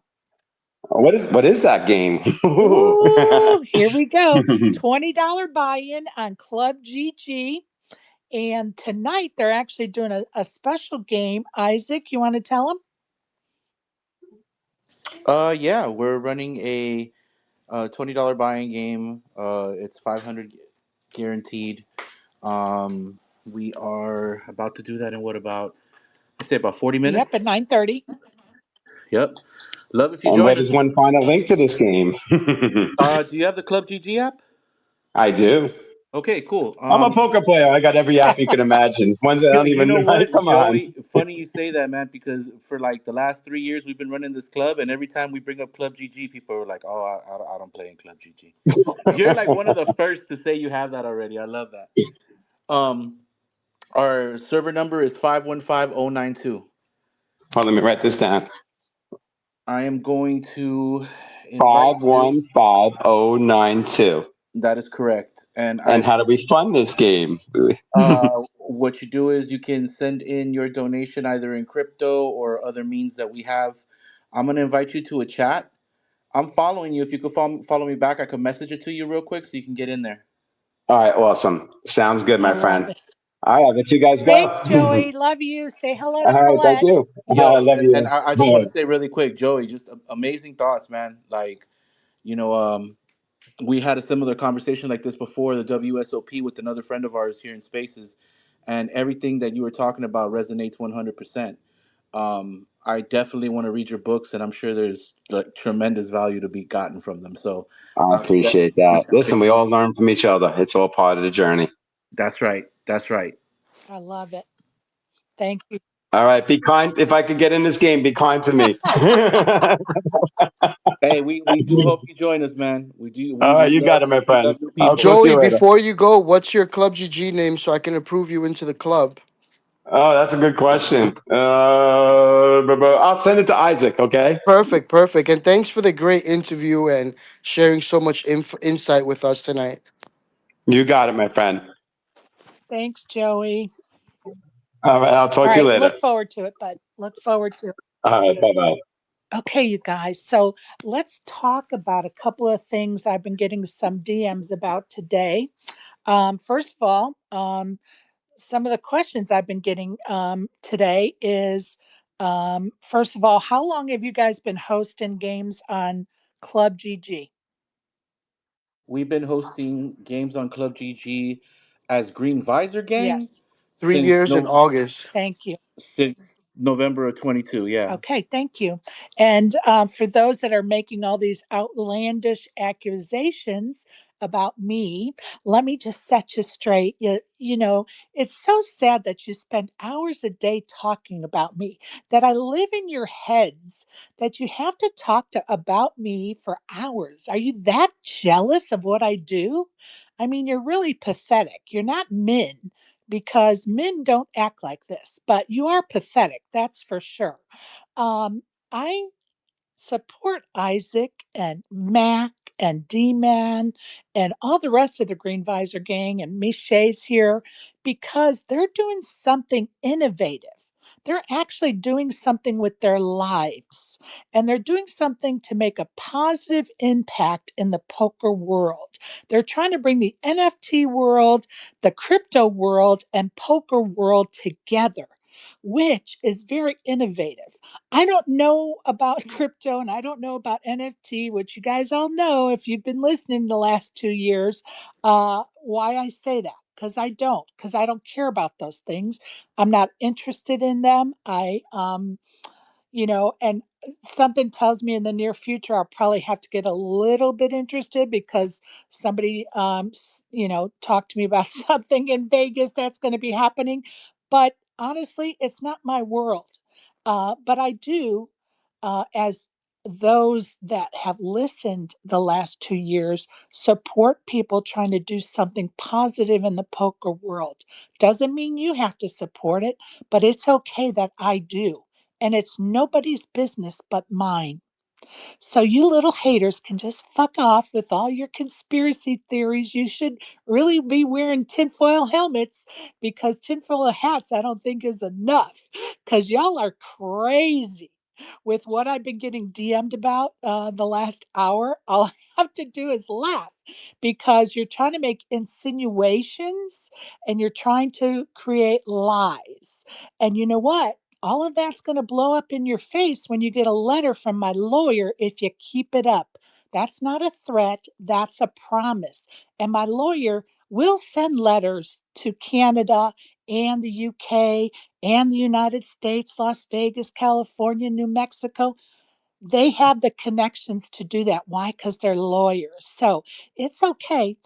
Keep giving me proof that I need because it's going to just pay me off, not you off. That's for sure. Um, Now, I also want to talk about your guys did a one shot. Now, for those that are trying to insinuate and create lies and create a storyline because they need content, because they're running spaces so long they've run out of content, and they don't have good imagination, so they have to make it up. For those of you that are making up shit, you may want to know that the Green Visor Gang tried a main event seat giveaway last year, uh, and it didn't go as planned. So they tried to tweak it this year. And guess what? Their goal was 27. They didn't get there. I think, did you guys have 10, Isaac, if I remember correctly? Yeah, we had 10 this year. Last year, our first go round, we had 28. And yeah, like you said, our goal was for somebody to take the seat and actually go to Vegas. But unfortunately, the final two decided just to chop the money. So they took the money. And guess what? That was their So choice. And yeah, I and I'm absolutely. going to say you guys ended up with going into the tournament with a final table because only 10 people, you know, signed up and stayed with it. So you guys were automatic final table, which most people would be excited about unless your goal was to have 27 players. Then you're not so excited. But why don't you give a rundown? Because there seems to be questions. People have asked me questions in DMs about what your payout, what you collected and paid out for your one shot this time. All right. Okay, so we raised exactly $6,000. From the 6K, we put out a community vote of options on what direction we should go since we didn't meet our requirements. The direction voted on by the community was a July 3rd, 2 p.m., $2,500 buy-in, no limit freeze up tournament. On July 10th, for first place, these are the prices for first place. On July 10th, at 10 a.m., the 777 Lucky Note Hold'em tournament flight A. And for second place, the second place was going to get the $1,000 mini main event. Second place, unfortunately, was not able to come to Vegas, so he ended up electing to cash out. That person was cashed out. The remaining balance, which was about $1,000, was to be used for anyone that pretty much entered. Anyway, if then the second option would have been a chop pot payout, which would have been 2,400 a first, 800 a second, 400 a third, 200 to fourth, and the remaining $1,000 for any one shot holder in Vegas to get staked in any side mini event. First place elected to take the payout, so the chop pot was out of the question. So first place ended up getting 32.30 to play in the main in whichever main event of his choice, and then second place ended up cashing out. So that's where all the funds were allocated to. Uh, There. Go Mhm. ahead. Go ahead. No, no. What I was gonna say was, as usual. I mean, look, like we said, we didn't get all the numbers that we wanted this year, and that's fine by us. I mean, we do this regardless. And if you actually know about our club, then you know that our focus is to give back 100%. As a matter of fact, this club doesn't take any kind of profit for 3 years running. Um, we just redistribute funds. That's what we've always done from day one. But it's very easy, right? For, guys who are trying to like pay attention to what you're doing, maybe because they want to do what you're doing, to try to dissect everything they can, and of course to try to bring up stuff because they want to make it seem like there's some kind of authority on things. Sherry, you've known me for more almost about 3 years, and in that whole time I've been talking about GVG frequently. Matter of fact, certain spaces that are bringing up these questions know me as well and have heard me talk about GVG before. The thing is we didn't matter before, right? Because we weren't somebody that they're trying to compete with. Right. Now they're trying to So, compete with you. Well, I mean, if I've been putting it out to come join us on Club GG all this time, right? And we've actually, Mac has even popped up in spaces and announced, hey, if you guys want, we'll throw a game for you guys and we'll throw a prize out. Never got anything about it, right? Nobody wanted to pay attention. I think when people started to want to pay attention is when they, like I said, started to want to do something similar to what we're doing. And that's understandable. You know what I'm saying? I mean, And let me just listen. tell you guys, and I've said it about other topics as well in the poker world, there's room for everybody. There's no reason to compete because guess what? If you guys all schedule accordingly, people will play your game, their game, your game, their game, your game, their game. And guess what? Everybody's got a piece of the pie, so to speak. And speaking of pieces of pie, I want it to be known that I don't get anything from Green Visor Gang for promoting them, as people are alluding to, because I got DMs about that as well. Now, they have supported my meetup games, so those prizes have been given to the poker community, those people that have attended my meetup games. Yes, they have supported me in that regard, or they've given us stuff.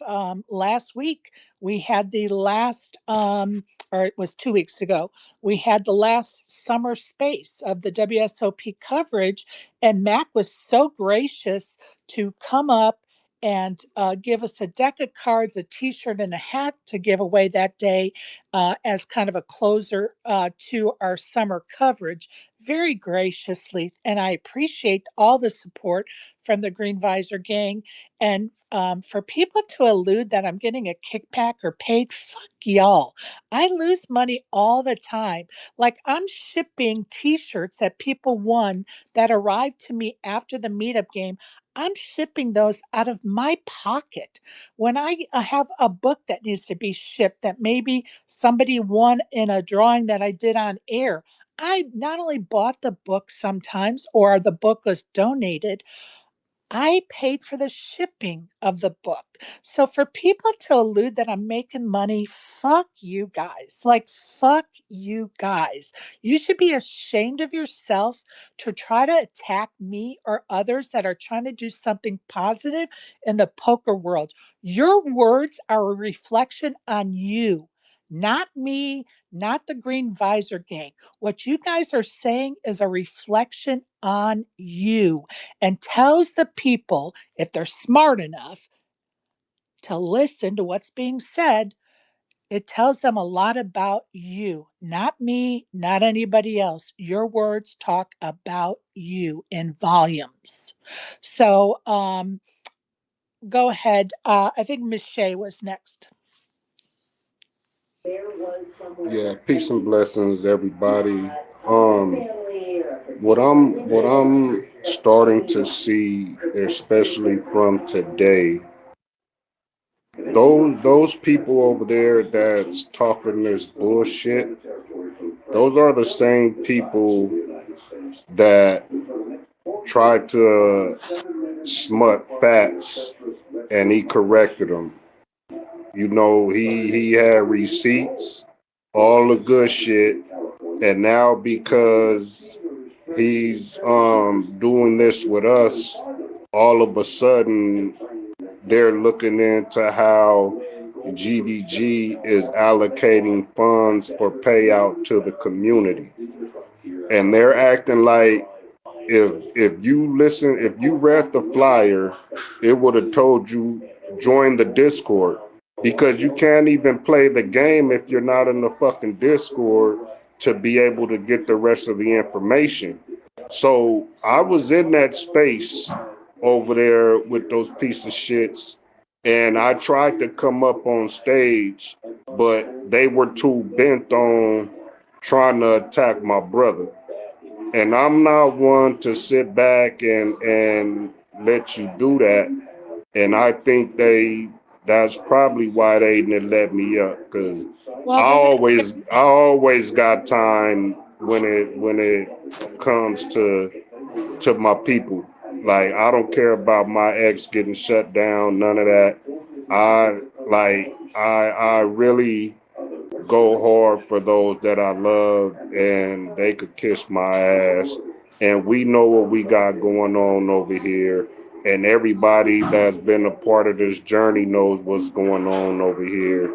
So we ain't got to worry about it, and they can, yeah, Well, and it's like I yeah. anything mean, else. If you don't want to play in it, then you don't play in it. But like, to tear down something you know nothing about with lies and innuendos, you should be ashamed of yourself, people. And Miss Shea, thank you for those coming up and speaking. And you guys could probably go in there all day long. They're not going to let you speak because they don't want the truth spoken, because then they have no content. Go ahead, Isaac. well, yeah, I mean, there's that, but I mean, look, I'm gonna keep it a whole buck, and I hope they're listening, and I hope that one of their cohorts is listening and goes and reports this. Like, y'all are clowns, and you know you're clowns. You know you guys what you do. You do bits and you start drama with people, and you try to get a rise out of people because you ain't got nothing going on. I heard something about some, I've gotten audio clips from people, right, that have shown me some of the dumb shit that they're saying in their space, and I'm like, look, at the end of the day, if you're mad because you've tried to do it and it didn't work out for you, I'm sorry, but at the same time, y'all ain't even competition, and that's really cute that you're out here trying to like police what the hell we've been doing. We've been around for 3 years. Our receipts are on the blockchain. What about yours?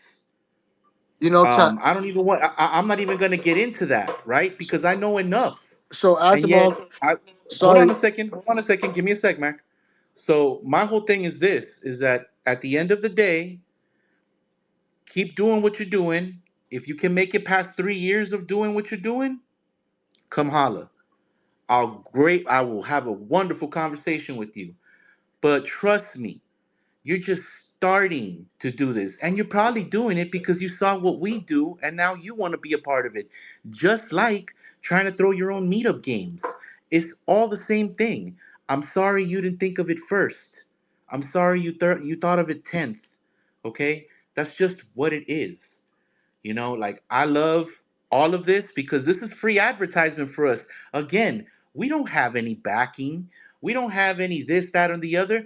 We are completely self funded, self marketed. We do all of our own things internally. So, if you think that we're out here to get any kind of a rake from our community, what kind of a community? We have 100 holders, aside from hundreds of other people that join free rolls that we do every Wednesday.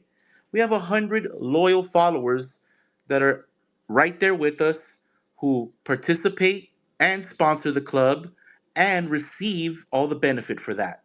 So, again, I get it. You know what I mean? You guys got nothing else to do. You guys spent today talking about us because you're trying to get to fats. And that's cool. You know what I mean? But again, you guys are clowns for even trying to step in that arena. And I'm going to tell you one thing too. If any of you, right, you guys claim to be poker spaces, but you guys don't even talk about poker. You guys cause drama. Talk about poker. Most of you probably suck at poker. Matter of fact, if any of you feel some type of way, you could see me heads up anytime. I would love to see one of you play against me. And I'm not even that good, but I know I'll whoop your ass.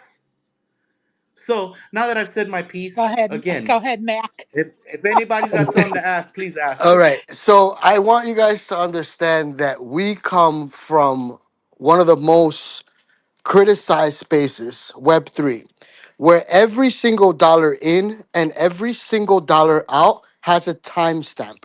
There's a reason we chose the blockchain because we have good intentions and absolutely nothing to hide. All our transactions have a timestamp. It's super sad to see these guys literally slandering because that's what they're doing. GVG is an LLC, and they will hear from my attorneys as well.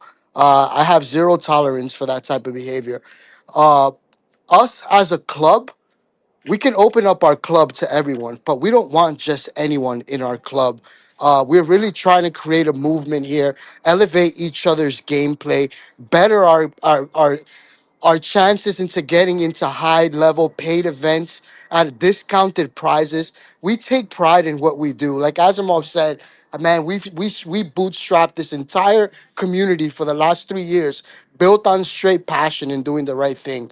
Uh, None of our players. The crazy part is that you won't see anyone from our community complain or say that funds were misallocated or that there's funds missing.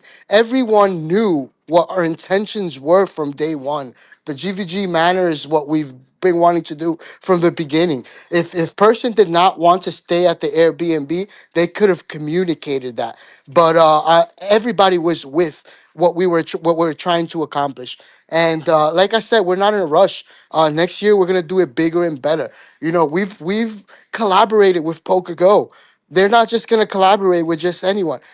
Jonathan Little speaks super highly of us. We got Sherry on our corner. We're surrounding ourselves with people with the same like mentality that really want to grow in this space, and that's all we care about. People like those guys in those space are not the people we want in our community. They would get weeded and booted and banned probably within the first week.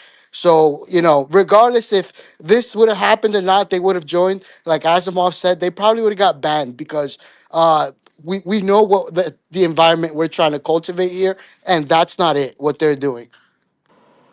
Thank you for those remarks. Go ahead, Executive. Hey, how you guys doing? This is fucking comedy. These clowns, I mean, who are these bitches?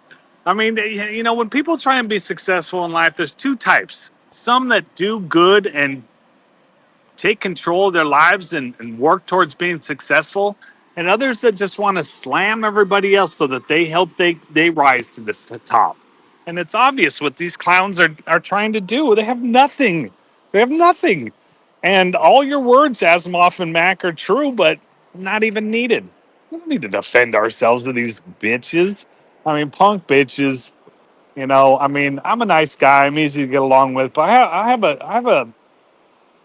a different side. You know, I can come out and get ghetto if we need to. You know, so I mean, it's just stupid. Who are these clowns? I tagged them 3 times. Come into the space. Let's hear it. Let's talk. You won't let anybody on your space, but I'm sure we'll let you up here to talk.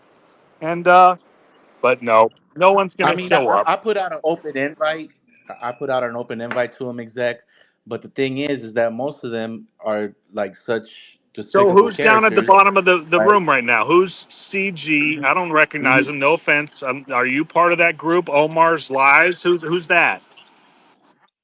Omar's like, well, see, here's the great part about this is that Omar, right, is I guess the guy, right? He's the Oh, he's ringleader, on that Poker and the Spaces. account. Oh, no, no, hold on. The guy down there is a parody account Oh, because the account down there basically reports all the lies that come out of the actual oh, guy's mouth. nice, dude. Okay. Well, I saw the name And I Omar, and I mean, thought, and that's even, and look, here's the thing: the people listening are probably the people down in the Gitmo who don't want to show yeah, come on themselves. up. Come Um, on up. Let's hear it. and this is why I put this out earlier. Listen, if you guys got questions, then come ask them. But I know you don't want to come ask me directly, because if you had the nuts to do that, you'd have done that. Nah, they just It's that wanna simple. they wanna get you on their stage and attack you and don't let you speak. They speak over you. They pulling that same shit Whack 100 and his minions pull on Clubhouse and YouTube. As soon as you Exactly. go to make a Exactly. statement to debunk them, they all start yelling and trying to redirect and try to confuse and stir up bullshit. Ain't nobody sleeping on those antics, man. Like Weak. I'm like exec that. I'm humble. I try to put that side behind me, Well, we're from the but boy, IE. let me tell you, We are man, from the on IE. me, on my mama, like it. I protect those that I love, man, and even though it's a digital space and physically, if I could be in your face, you wouldn't the conversation would stray way different. Yep. You know what I mean? Okay, And I'm gonna is stop. I'm gonna it stop you for a minute. I'm gonna stop you for a minute because CG came up here after being called out of the goo. Go ahead, CG. Yeah, I was just gonna say I just haven't been active in a long time, but I was with the Lazy Ape, so I'm just a long time Green Visor member. Awesome. That's what the fuck I'm talking about. Welcome back. Thanks, man. Welcome, welcome, welcome. I'm glad you came up and straightened us out because we definitely like to be sure who we're talking to and about. Sure enough. Appreciate you. Did you have any questions?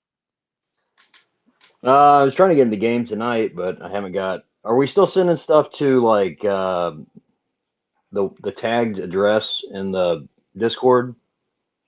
So we're gonna go ahead and give one free entry. Um, we might as well just give it to you, CJ. Why not? I love that. Sounds good, man. Love it. Welcome back, CJ. Hey, Barry, go ahead, buddy.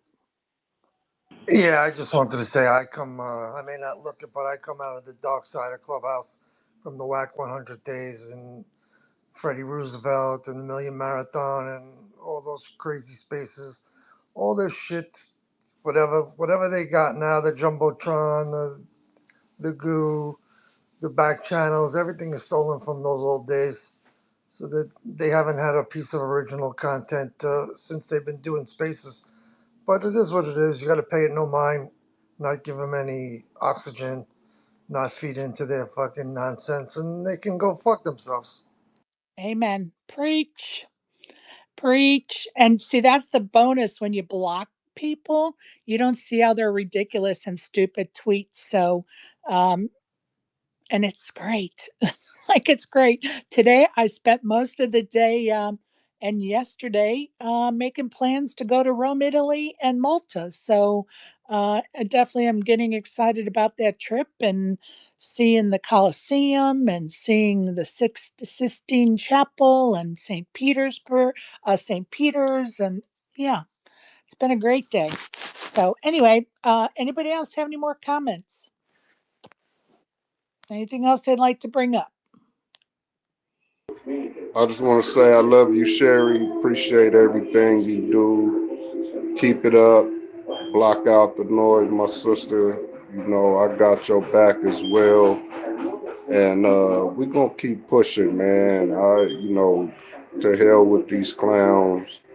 Let them sit there and talk to themselves and be miserable in their own space. Thank you for those kind words, Miss Shea, and I love you too and appreciate your support as always. Mac, any Uh, go ahead. I have something real Go ahead. quick. At the end of the day, y'all, it's all love. I've always said if anybody wants to join us or find out about us, there's a Discord link on my profile. There's a Discord link on the Green Visor Gangs profile. If you haven't been paying attention, welcome to it. We're the Green Visor Gang. We play poker, we have fun, we give back. I really want to see that happen from everybody. Instead of claiming you give back, instead of claiming you got value for people, or just instead of acting like you're really poker players, how about just throw some games, spread the culture, and stop being haters? The world's big enough for all of us. Mac, did you have anything else, buddy?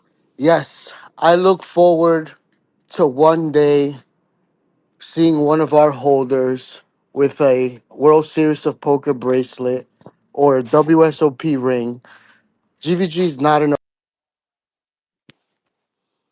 Oh, you're cutting out. You cut out. His phone must have rang. orange. I think the one thing he's probably trying to say is we're not in a rush. We're not. We're We not in a never have rush. been. I'm more excited than ever. And we're gonna make next year even bigger. You watch and see. Just watch us. Oh, I'm excited because I got a Sherry. little bit. I got a little bit whispered in my ear in Vegas. I'm excited. Yes, yes, indeed. And Sherry, as always, thank you for showing us so much love, and thank you for what you do for the entire poker community. You're in us. Let's Thank you, Mac. Appreciate you. Appreciate your kind words, buddy. I do indeed. Anybody else have anything else they'd like to add? If you have any questions, come on up and ask them. We have no problem answering anybody's questions. The problem is people making innuendos and spreading lies And nobody actually comes and finds out the truth or the proof. They'd rather live in the lies. That's why Omar's Lies is such a great, has such a great following, because there's so many lies out there.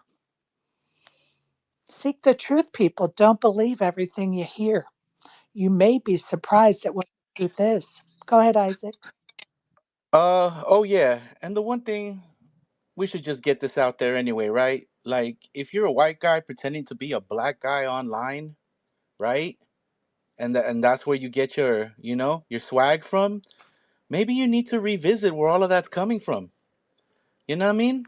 Real quick, Everybody knows what you look like already, buddy. Joey put a $20 bounty on his own head on this first bullet.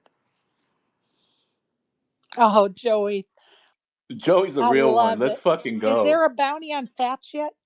Yes, we're gonna put a DMSD NFT, a Green Visor NFT, on Fats's head.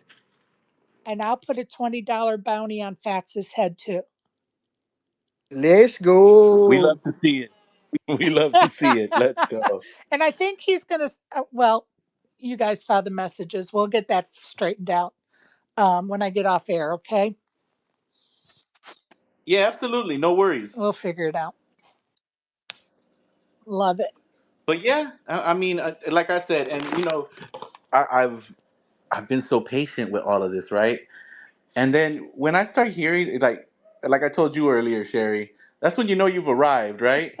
When you got these fools making shit up about you in space, right? That's like the ultimate Dude, I sign, was like, right? what the hell is going on? I was doing some shit. My phone was pinging. I was like, somebody's advertising for me because I was reading DMs. I was like, I don't know what's going on, but thank you for the extra advertising today. Straight up. Straight up. And like I said, if any of y'all are curious and you want to find out more, you want to ask more questions, I mean, we're here. Um, I think Poker Space News, I had invited him to come in here, but he said he's blocked or whatever. But I'm sure he could have listened if he wanted Well, to, he's got a you burner know? account, so he can come in here anytime he wants. Yeah. And I invited Player as well to come in here because, again, people were telling me that they were over there trying to hype him up about it too. Like, oh, isn't this an atrocity? Right? Was that my best Jack Nicholson voice impression? Right? We can't stand for this. Right? You can't just do what you want. Yeah, he had some shit to say when Mac left out. I stayed for like 2 minutes. You know what I mean? I had the request button on because I had some choice words for the way they was talking about my brother after he exited the stage. And that's one thing I don't go for. You're not gonna call nobody out they name to their face. We ain't gonna do it over the space. So yeah, I think they weren't about to let me up because they had a feeling. Well, they knew I was part of Green Visor because I had some choice words for Poker News or whoever that is inquiring about the Airbnb. Like, why are you worried about how many people stayed in the Airbnb? Did you want to be invited to the Airbnb? Like, you know what I mean? It doesn't make sense. The funds were allocated the way they were supposed to be. You know what I mean? Fucking Mac won the tournament, so that was that. It really didn't matter what happened after that. You know what I mean? He won. He took first place. Second place got what they deserved, and there was still some funds left over for the whoever showed up that bought a one shot. So what else is there to talk about? Like, y'all trying to find a reason to discredit the club when what you're basing it upon is bullshit. You know what I'm saying? Like, you have no real gripe but to try to draw FUD and say, oh well, how was the winner going to have their own Airbnb? Because they would have got their own Airbnb had the requirements been made. But the requirements weren't made. And the person that had the Airbnb won. So beat it. Like, And so listen, Miche, yeah, and fuck just them, so you know, man. bro, listen. Um, Again, if you're gonna go into that space, you're just gonna be fuel for content. So don't even worry about it. I already said what I said, and like I said, if anybody wants to report that right back, please do. My invitation stands, and yeah, I mean, to be real, real, I challenge y'all to come fuck with GVG. You know what I mean? You're so curious about how we do and what we do? Come join the server. Come join the Discord. Tap in. You know what I'm saying? Phase 5 is officially going to be launching today, right? You can mint your Phase 5 pass and you come get with it. And if you just want to stand around, not do nothing and just come and see everything we do, come do it. Then you can, make up all the shit you're going to make up anyway. So, like I said, look, this shit is fun. I really appreciate like all of that dumb bullshit drama y'all be trying to do because at the end of the day, it is free advertising. So, to the leader of all that nonsense, you can go get drunk in your own space and try to speak Jamaican patois like you a real top shotter, and we'll still be over here doing this poker. You know what I'm saying? So it's all good and it's all love. We've never ever tried to do anything but do what we do, which is run poker. The drama don't mean shit to us. Any of the dumbass fucking attempts to cause drama, we're gonna quash it right here. Again, just pull up. Either get with us or get out the way because you're not gonna outwork us. I promise you that. Oh hell I no. promise you that. Yeah, we You know what I'm grind. saying? Payout We grind structure. hard. Payout structure has officially been released for this tournament. There's zero rake in it. The 500 GTD, regardless if we had 25 entries, uh, was going to be guaranteed. We pay out, and that's why we're still here. So as of right now, we have 22 entries. I am Let's go. I am beyond certain that by the time late registration is over, which is one, we'll probably have 35 or 40 entries. So we're gonna exceed the $500 payout. I'm beyond certain of it. Love it. Way to go, you guys. And Way to as go. usual, where's that gonna go? Right back to the players. So again, Zero rake. yeah. So again, like I heard the no rake, no fluff. Man, I'll tell y'all something. Y'all full of fluff, stuffed with it. So again, if you want to know what that feels like, come fuck with us. If The you want to invite is come gonna and win stand. with a winning community, join the gang. Come win with us. Yeah, like if you actually just trying to win some poker, have a good time, tap in.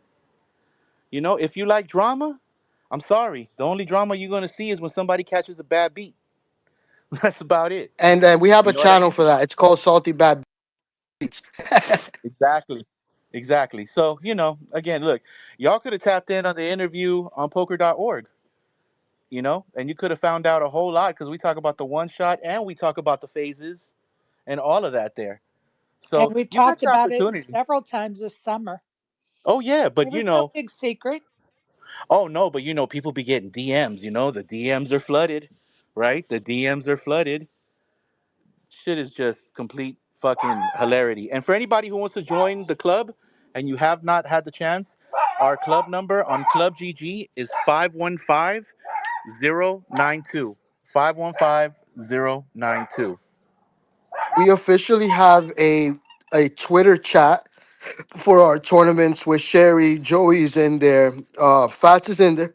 Myself and a few others. If you want to be added to this channel, you can send myself, Sherry, or Asimov a DM, and let's get you in there so we can give you all the information you need. The game is going to be starting in 20 minutes. Officially 21 registered, and most of us are ready to bite at least one bullet. So, like I said, a $500 payout. Okay, did you guys delay the start of the game? I'm sorry. Did you delay the start of the game because I thought it was going to start at 9:30? Yeah, Or am pushed I it a making? little bit to give a few Okay, people more time. perfect, perfect. 20 minutes. So it's Yeah, starting in no worries. 20. I just want. Yeah, no worries. I just wanted people to know because we did say 9:30 earlier, so it's been delayed a little bit because we've been running a little late here in this space. So just so everybody knows, that it is delayed a few minutes. But if you there's time to hop in, it's only a $20 buy-in, $500 guarantee. So jump in there, folks. Exec deck. Go ahead, buddy. Hey, sorry, I keep rugging back and forth, but so most importantly, I wanted to. I know I came in a little late, but I wanted to hear a little bit about the Phase 5 mint and when we can start minting. Have we talked about that yet? Um, all they said was it started or starts tomorrow, I think, doesn't it? And what does it mean to mint? I Because think So I think Mint is live, if I'm not mint is live right mistaken. now. I believe it started today.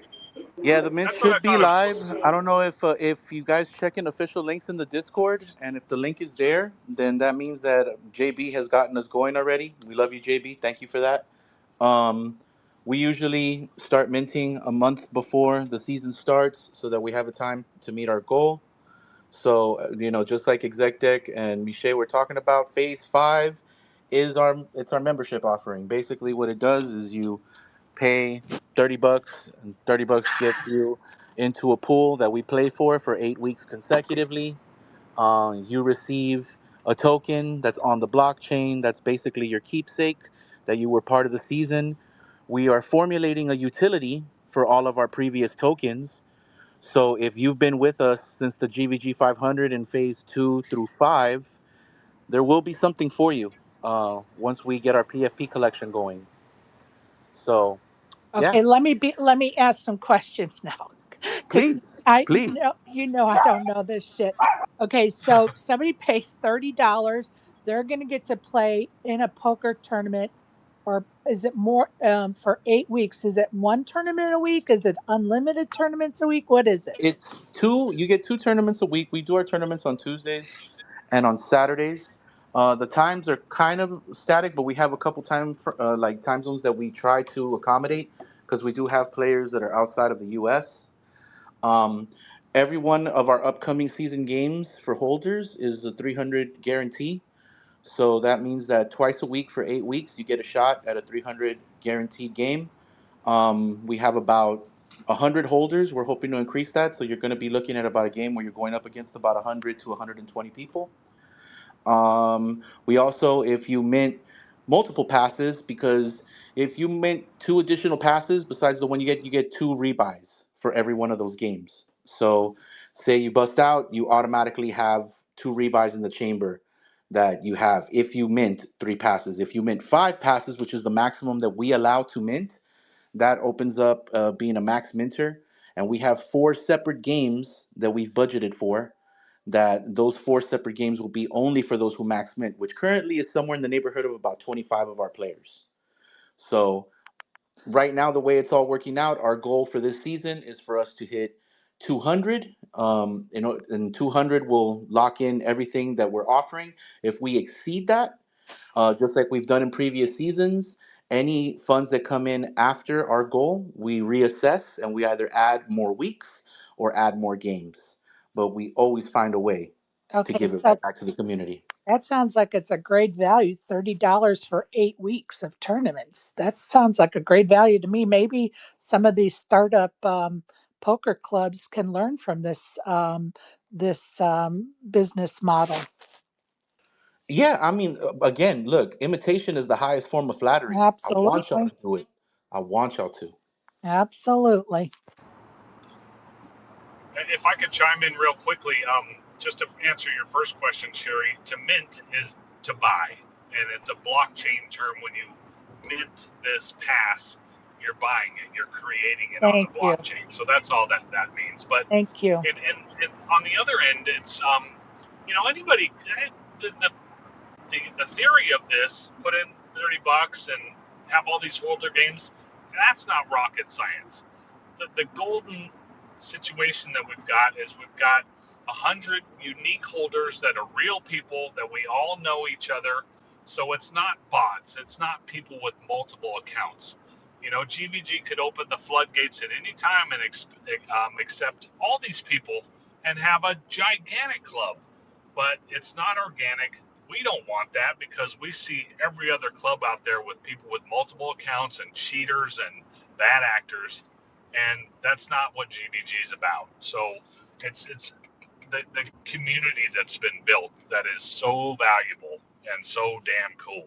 Because you So guys have been just working for 3 years on it to make sure you take it step by step, and I can admire that. I may not play in it or invest in it or mind or what all this other stuff is that you guys talk about, but I can appreciate the project. And I'm going to tell you, for the longest time, when I you guys are going to die when I say this, but for the longest time, when I would hear somebody say, "Yeah, you have to like go mine it or mint it or whatever the fuck," and all I could envision is it was like a video game that you had to go through like the dungeon, and then once you conquer the dungeon, then you're going to go into the fucking pit of tar, and you got to like fucking conquer the pit of tar, and then you sort of like Super Mario's, like you're actually going through, a game board until you finally get, you win, and so you get this NFT or whatever. So anyway, of course I don't think that way anymore, but for some reason that's what I imagined, probably 2 or 3 years ago, before I started trying to at least get some general knowledge. So Well, funny enough though, Sherry, the very beginning, like for example, Bitcoin, right, which right now is at about $120,000 per Bitcoin. I remember back in 2011 being on the web and seeing a game pop up, right, like an ad. right, Play this game, earn Bitcoin, right? right. And that was you mining back then. Back then, you playing a video game really was you mining Well, Bitcoin because maybe by that's you where I engaging, maybe you'd earn it. that's where I got it from then. That could be where I got it from. Like I saw stuff like that and just assumed that it was, yeah. No, it's actually why the terms are used. Like when people say that you're minting something, Oh, it's because you really are. You're creating a notation on whatever blockchain you're minting on, got it. right? So you're Yep, basically writing it into the ledger. So you are creating something, got it. right? And that's the beauty of it. Like I said, we've given 160 Ethereum, right? 160 Ethereum. Ethereum has ranged anywhere from about 4,400 in 2022 all the way down to 900 in 2022. And now, right now, somewhere in like 30 some hundreds. So we have given easily over $100,000 back to our community. We throw fundraisers for people in our community. We have done tons of things. I mean, look, our resume is on our page. Go So look it as up. a to add it to so the Ethereum sitting at 3,700, so that's $592,000 that has been through our wallet in the past 3 years, all paid out to our community. Good for you Boom. guys. A Boom. little bit Good over With for half a zero million. rake, That's by the way. retarded. Hey, by the way, with zero rake, ain't nobody driving a Lambo over here or none of that. All for the love of poker. Hey, I want to say this though. Can you hear me? yes. Yeah. To whomever is in here reporting information, just tell your people to come in and grab a mic, man, because regardless of a 20% rake or whatever, I guarantee you my brother's lawyers will tear a hole in your pocket. So keep playing the game, keep putting the bullshit on the timeline so we can have receipts, because you know the internet don't go away. Keep playing the game. Play pussy, get fucked. Let's keep it up. So whoever, and it may be tramp stamp, it may be Omar's lies, or it may be the two anonymous listeners. Whoever, tell your folks to come in, man, and grab a mic or shut the fuck up on the timeline. And there you have it, folks. Thanks, Michelle. It's open mic night, folks. Open mic night. And don't go with the bullshit. Oh, Sherry has me blocked. You guys have 45 burner accounts each. So come on. You're in here listening on some account. Man, this just puts a battery in my back. I'm already a hard ass grinder, and I'm gonna go so hard right now. It's not even funny. I'm gonna go so hard. Watch. Oh, trust that. Yeah, like y'all did the greatest thing for us. We love shit like this. Haters are the Uh, motivators. absolutely. I They're gonna mean, get really they're gonna really hate when they see the landmarks behind us this year. yeah, yeah. Well, anyway, all of that aside, like we said, all love. If you've never tried out playing in a GVG game, like I said, we are on Club GG, server number 515092. Typically, if you want to join us, you have to join our Discord first because we take the safety of our community very seriously. We are lucky and blessed enough to say that in 3 years of operating our Discord, we have never been hacked. That is something that almost no person in the Web3 space can say because almost all projects, unfortunately, have suffered massive attacks where people get their wallets drained, lose their NFTs, lose their currencies, and all of that. We've never had any of that. And that's because we take great care to make sure that everybody who comes in is really there to play poker and not there for any funny, malicious shit or anything like that. We verify people's Twitters. We make sure that you don't have a bunch of bot accounts. Again, we have an amazing community manager who is there pretty much 24/7 answering any and all questions that anybody has. So, yeah, man, I mean, there's really no other way to put it. At the end of the day, receipts are on the blockchain. You can twist numbers however you like. That's fantastic. I feel great for y'all, and I wish y'all the best.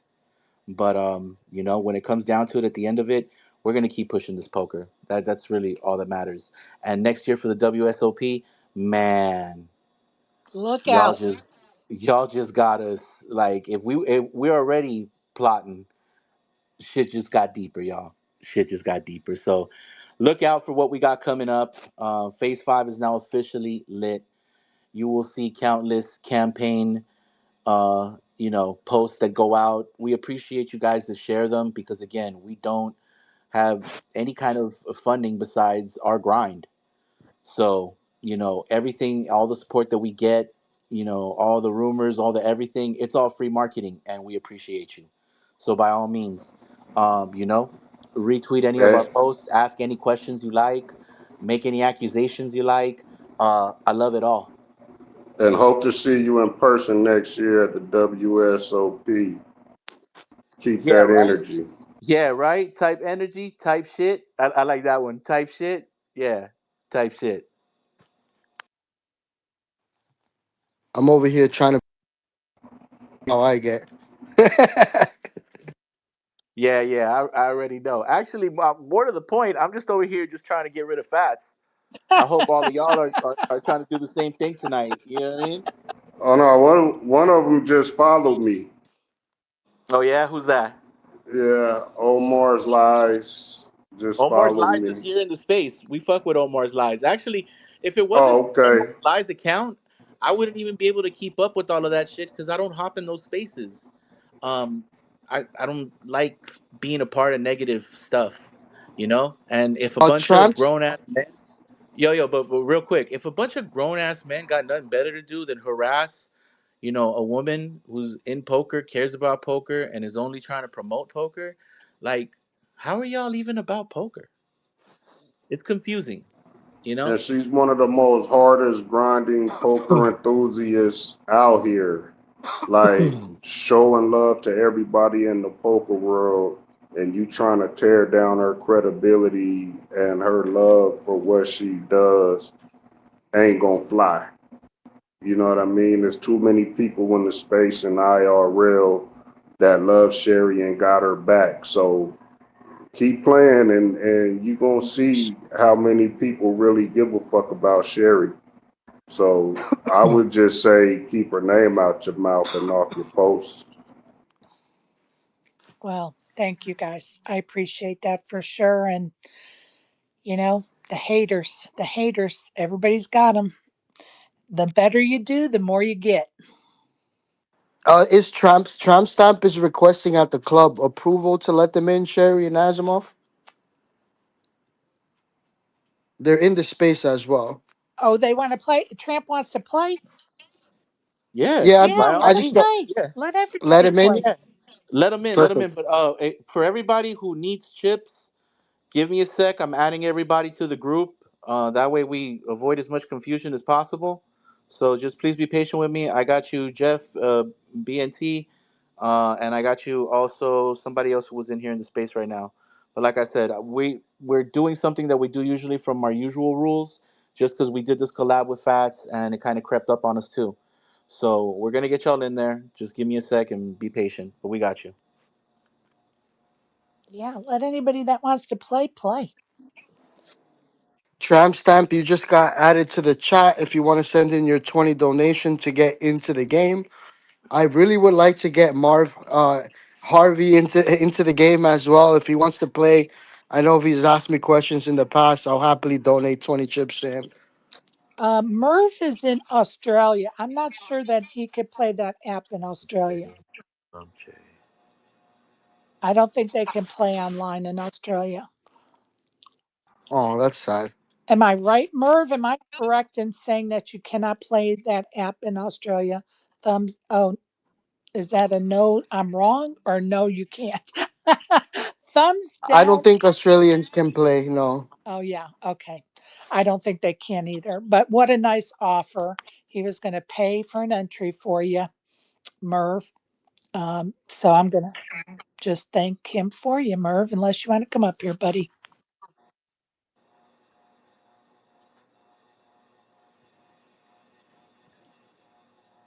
$20 tournament about to start with a $500 guarantee. That's a great rate of return, you guys. And of course, I put a bounty in. The Green Visor Gang put a bounty on Fats's head, and then somebody else has a bounty. Or am I making that up? Go ahead, Merv. Welcome. Yeah, thanks, Sherry. Thanks, guys. That's very kind of you to offer. I did look up Club GG. Was tempted to go into another game that was on Club GG, but yeah, no, it's geo blocked and all sorts of rubbish. So unfortunately, I won't be able to join you guys. But I've always liked seeing the ethics of what you've been on about for the last few years. So yeah, more strength to you. So sorry to hear you didn't make the main event seat. That would have been a bit disappointing, but still, you guys just sound like no, we just keep going. So good on you, and yeah, keep going. Mama called you? thank Thank. you, sir. Thank you, sir, for the kind words. We will get somebody a main event seat. It's just a matter of time, and we have time.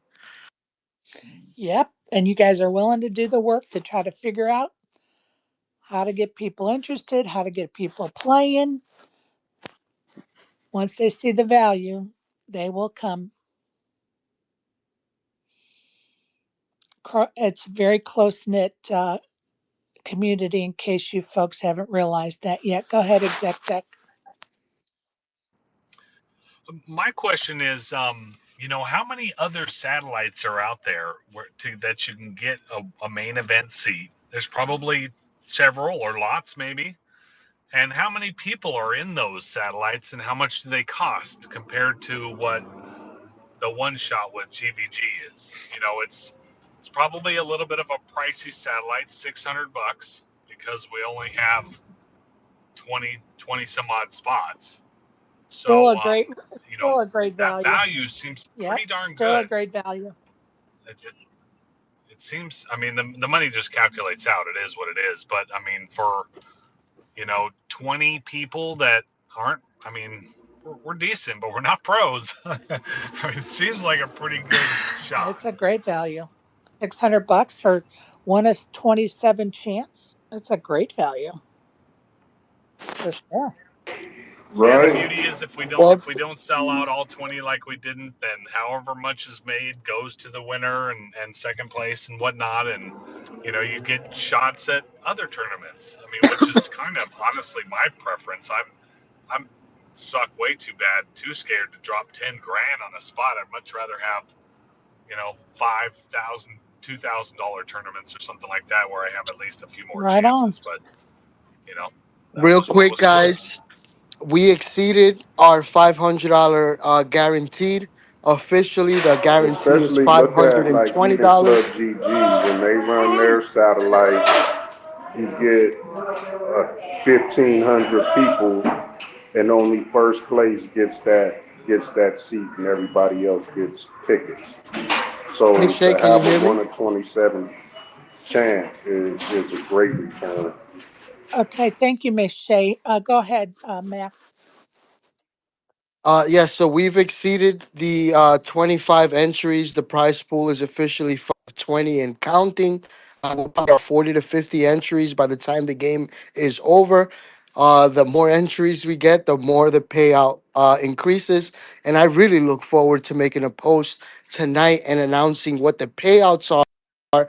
Best of luck on the tables. Most importantly, have fun and That damn Obama phone.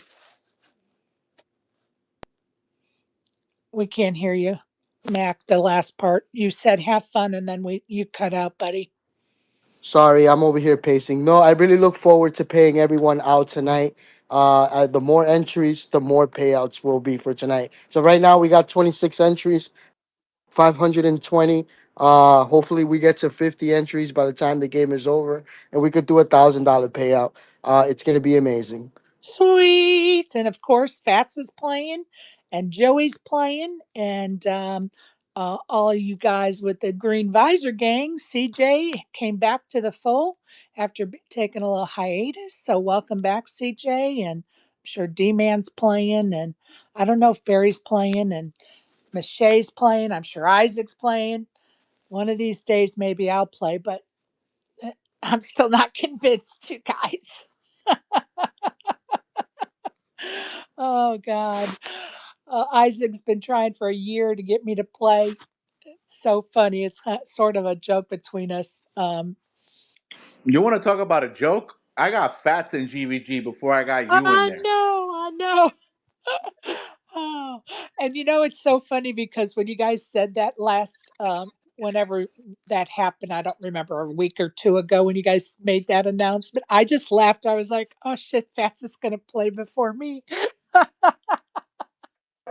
Well, I'll tell you this, Sherry.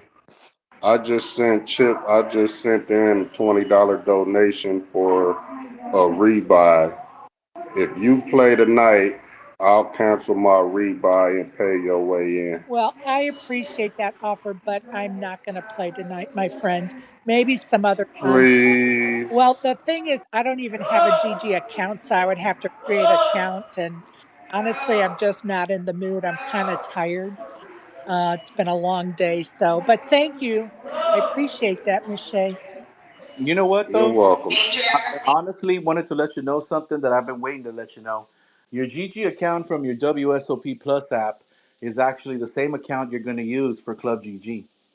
Oh, So oh, just so interesting. you know that, and if you get in there, you usually have to pay a membership fee.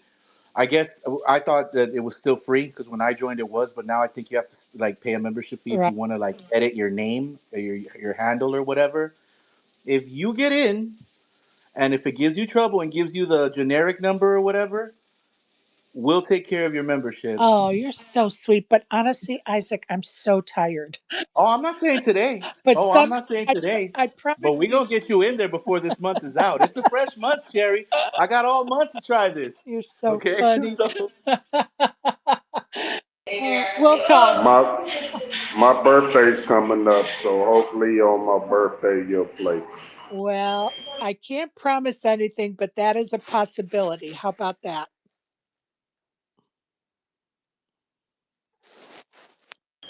Sounds good. I appreciate you, Miss Shay, and the offer for sure. And you too, Isaac. Appreciate you. Okay. Anybody else have anything else they want to bring up? Because once I shut this space off, I'm done with the stupidity of what I've been getting DM'd about. So, anybody have any questions? Now's the time. If you want to DM them to me and I'll read them on air and answer them, go right ahead. I have no problem. I won't even say your name if you don't want me to. If you have a question, ask it. Now's the time, people. Don't be robots. Actually, use your brains, people. Go for the truth. Find out the facts, both sides of the story, 8 sides of the story, whatever. All right. Appreciate everybody that's been in here tonight. It was a great interview with Joey. He's doing some great things to improve the world of poker, and I appreciate him for that. I really enjoyed his conversation. Oh, here comes the troublemaker himself. Hello, Fats. Are you there?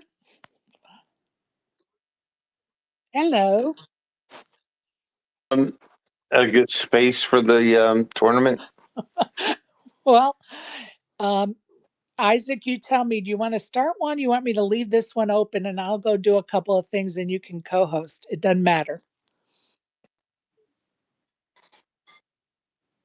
Isaac or Mac, you guys tell me what you want me to do. I'm so sorry I had my goddamn mic muted. I'm over here sauteing broccoli. You can leave the space open and just leave me as co-host so we can add people up in here. And Done. yeah, we'll keep it running. We'll keep it running. Done. And I'm just going to do a few things that I just need to get done before I go to bed. And so I'll kind of be halfway listening. So if anybody has questions, write them down until I come back. Okay, you guys? And Fats, All I right. put a $20 bounty on your ass. So wait, there's two $20 bounties or just the one? Just mine, I think. And there's an Okay. NFT bounty on you as well. Oh, there you go. Okay, and there was also an agreement with your guest from tonight, Joe Gargiulo, that if one of us takes the other one out because he had a bounty on him, the bounty's going to roll over. Oh, nice. That's all. That's hella So, dope of you guys. That's what's up. I love that. I love that. Okay, exec deck, go ahead. I'm going to go do a couple of things. I'll be right back. Hey, Fats, what's your screen name on Club GG?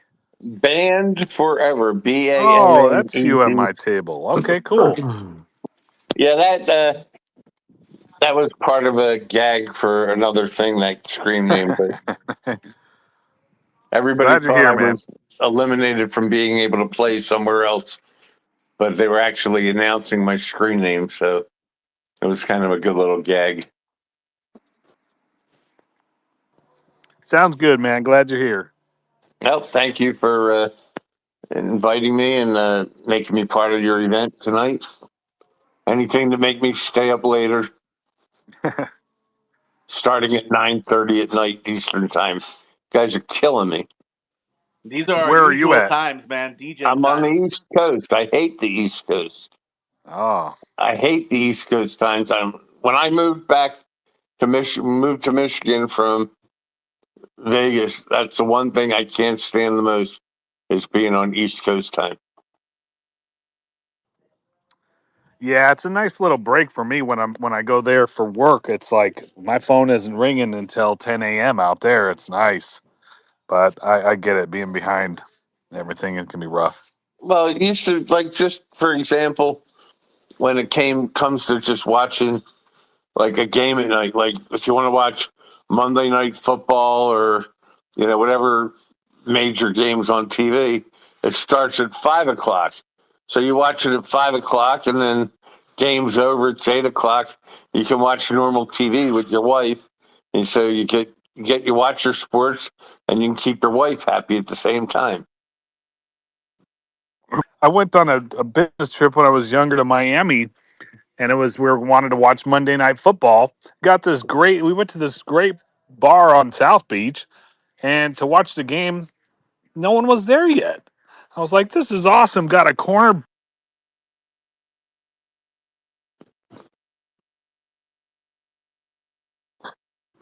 Did we Oh, lose somebody there? I think exec deck lost signal real quick. Yep, looks like that's Yeah, definitely what happened. either that or he didn't like the river card. Maybe he might be punching air. I mean, we're all known to do it here. Club GG has a very interesting algorithm. It punishes more than it rewards. That's all online poker. Yeah, real shit. It is. Oh man. All right. Whew. Hosting space while being fucking caught up cooking is always fun. I always like when I'm in a live tournament and you get a horrific beat or something like that, and I'd say, "Oh wait, now I recognize you. Didn't you used to deal on the internet?" Fucking facts. Yeah, hell yeah. Isn't that the truth? Oh man, same thing happens with us though. Like when we get table draws and it's a bunch of us who are playing the most, we're always like, "Oh god damn it, please no, change me." Like right now, for example, I'm at a table full of nothing but the worst of the worst. So, let's see how that goes.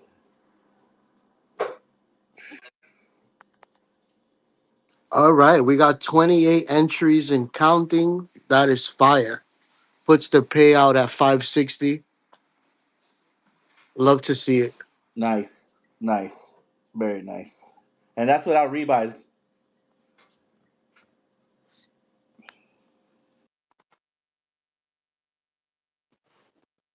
What you on right now, Mac? You work in the morning? No, I'm off tomorrow, happily. And then I get back on the mission Sunday, Monday, Tuesday again. Hell yeah, that's right. But it's pretty dope to see that, we put the guarantee and we exceed the guarantee. That makes me super happy. Oh Sooner or later, we'll bump up that guarantee to 1,000. yeah. Yep. Mega facts, bro. Well, I hope my presence helped you there.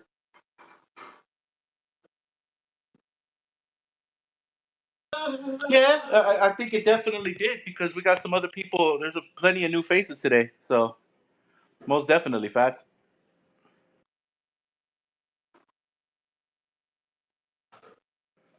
See some new faces I've definitely not seen before.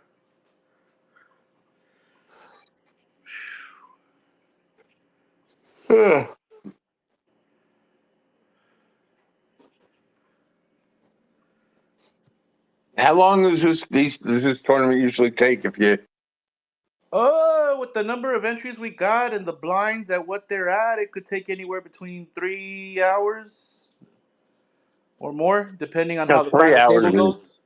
yeah, 3 hours is reasonable because I mean, if the whole thing takes 3 hours, then that's good. I should be able to get out of here in about an hour and 20 minutes. All hoping, all hoping. We are all gunning for you. So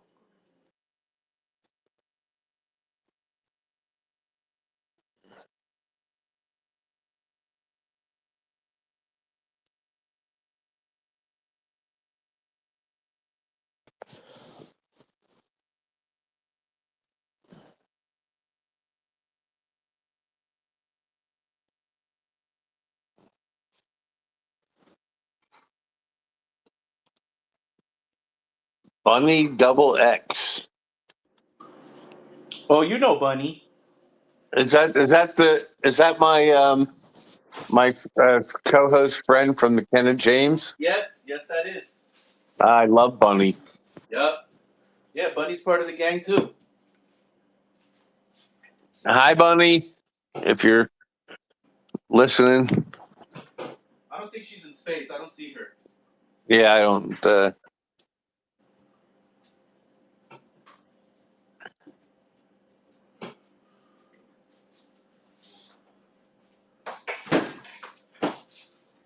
Yeah, that reminds me. I gotta give Ken a call. I haven't talked to him in a bit. Kenna is awesome.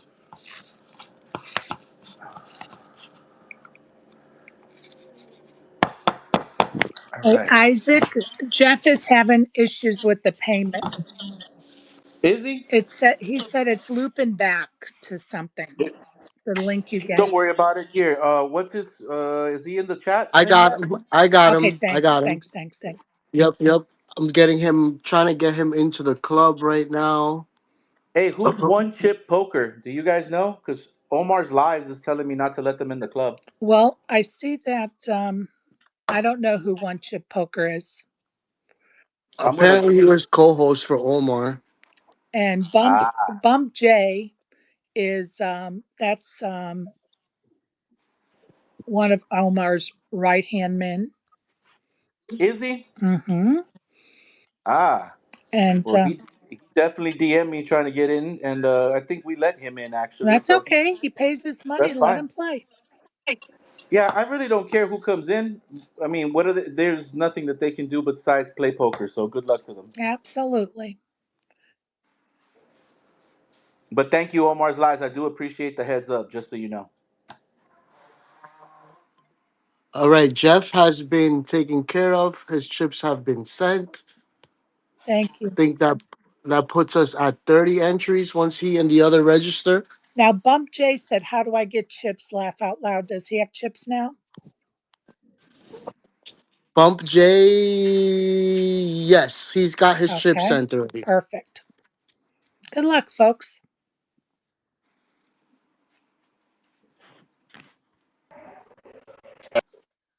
Omar's like, man, my apologies for earlier thinking you was a spy. You know, I accused you in public. I'm gonna apologize in public. My apologies, fam.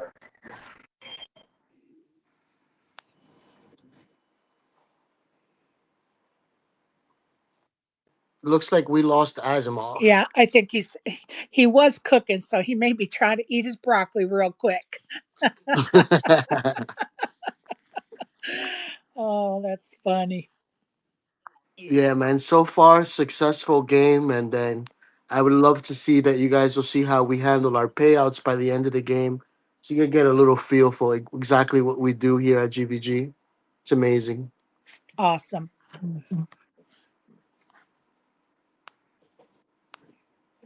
But yeah, Sherry, looks like the space is winding down. We could probably wrap it up, and if anything, we could open one up again Perfect. later. I Perfect. don't want to hold you too late either, you know. It's just been a long day for me, so I don't mind keeping it open. If you guys co-host, I can do what I need to do. It doesn't matter to me. Whatever you want to do, I'll do it.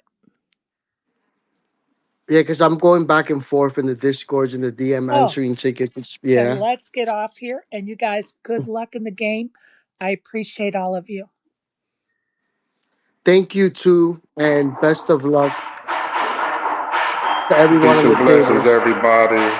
Same to you, Shoemate. Thank you, Thanks, Fats. Miche. Appreciate you. You're welcome, Queen. Good night, everybody. Thank you again, You Sherry, and everybody that joined the game. Good luck, Fats, and good luck to everyone on the phone as well. Miche, you already know nothing but love, bro. All right, guys. good night, everybody. Always. Peace and blessings, everyone.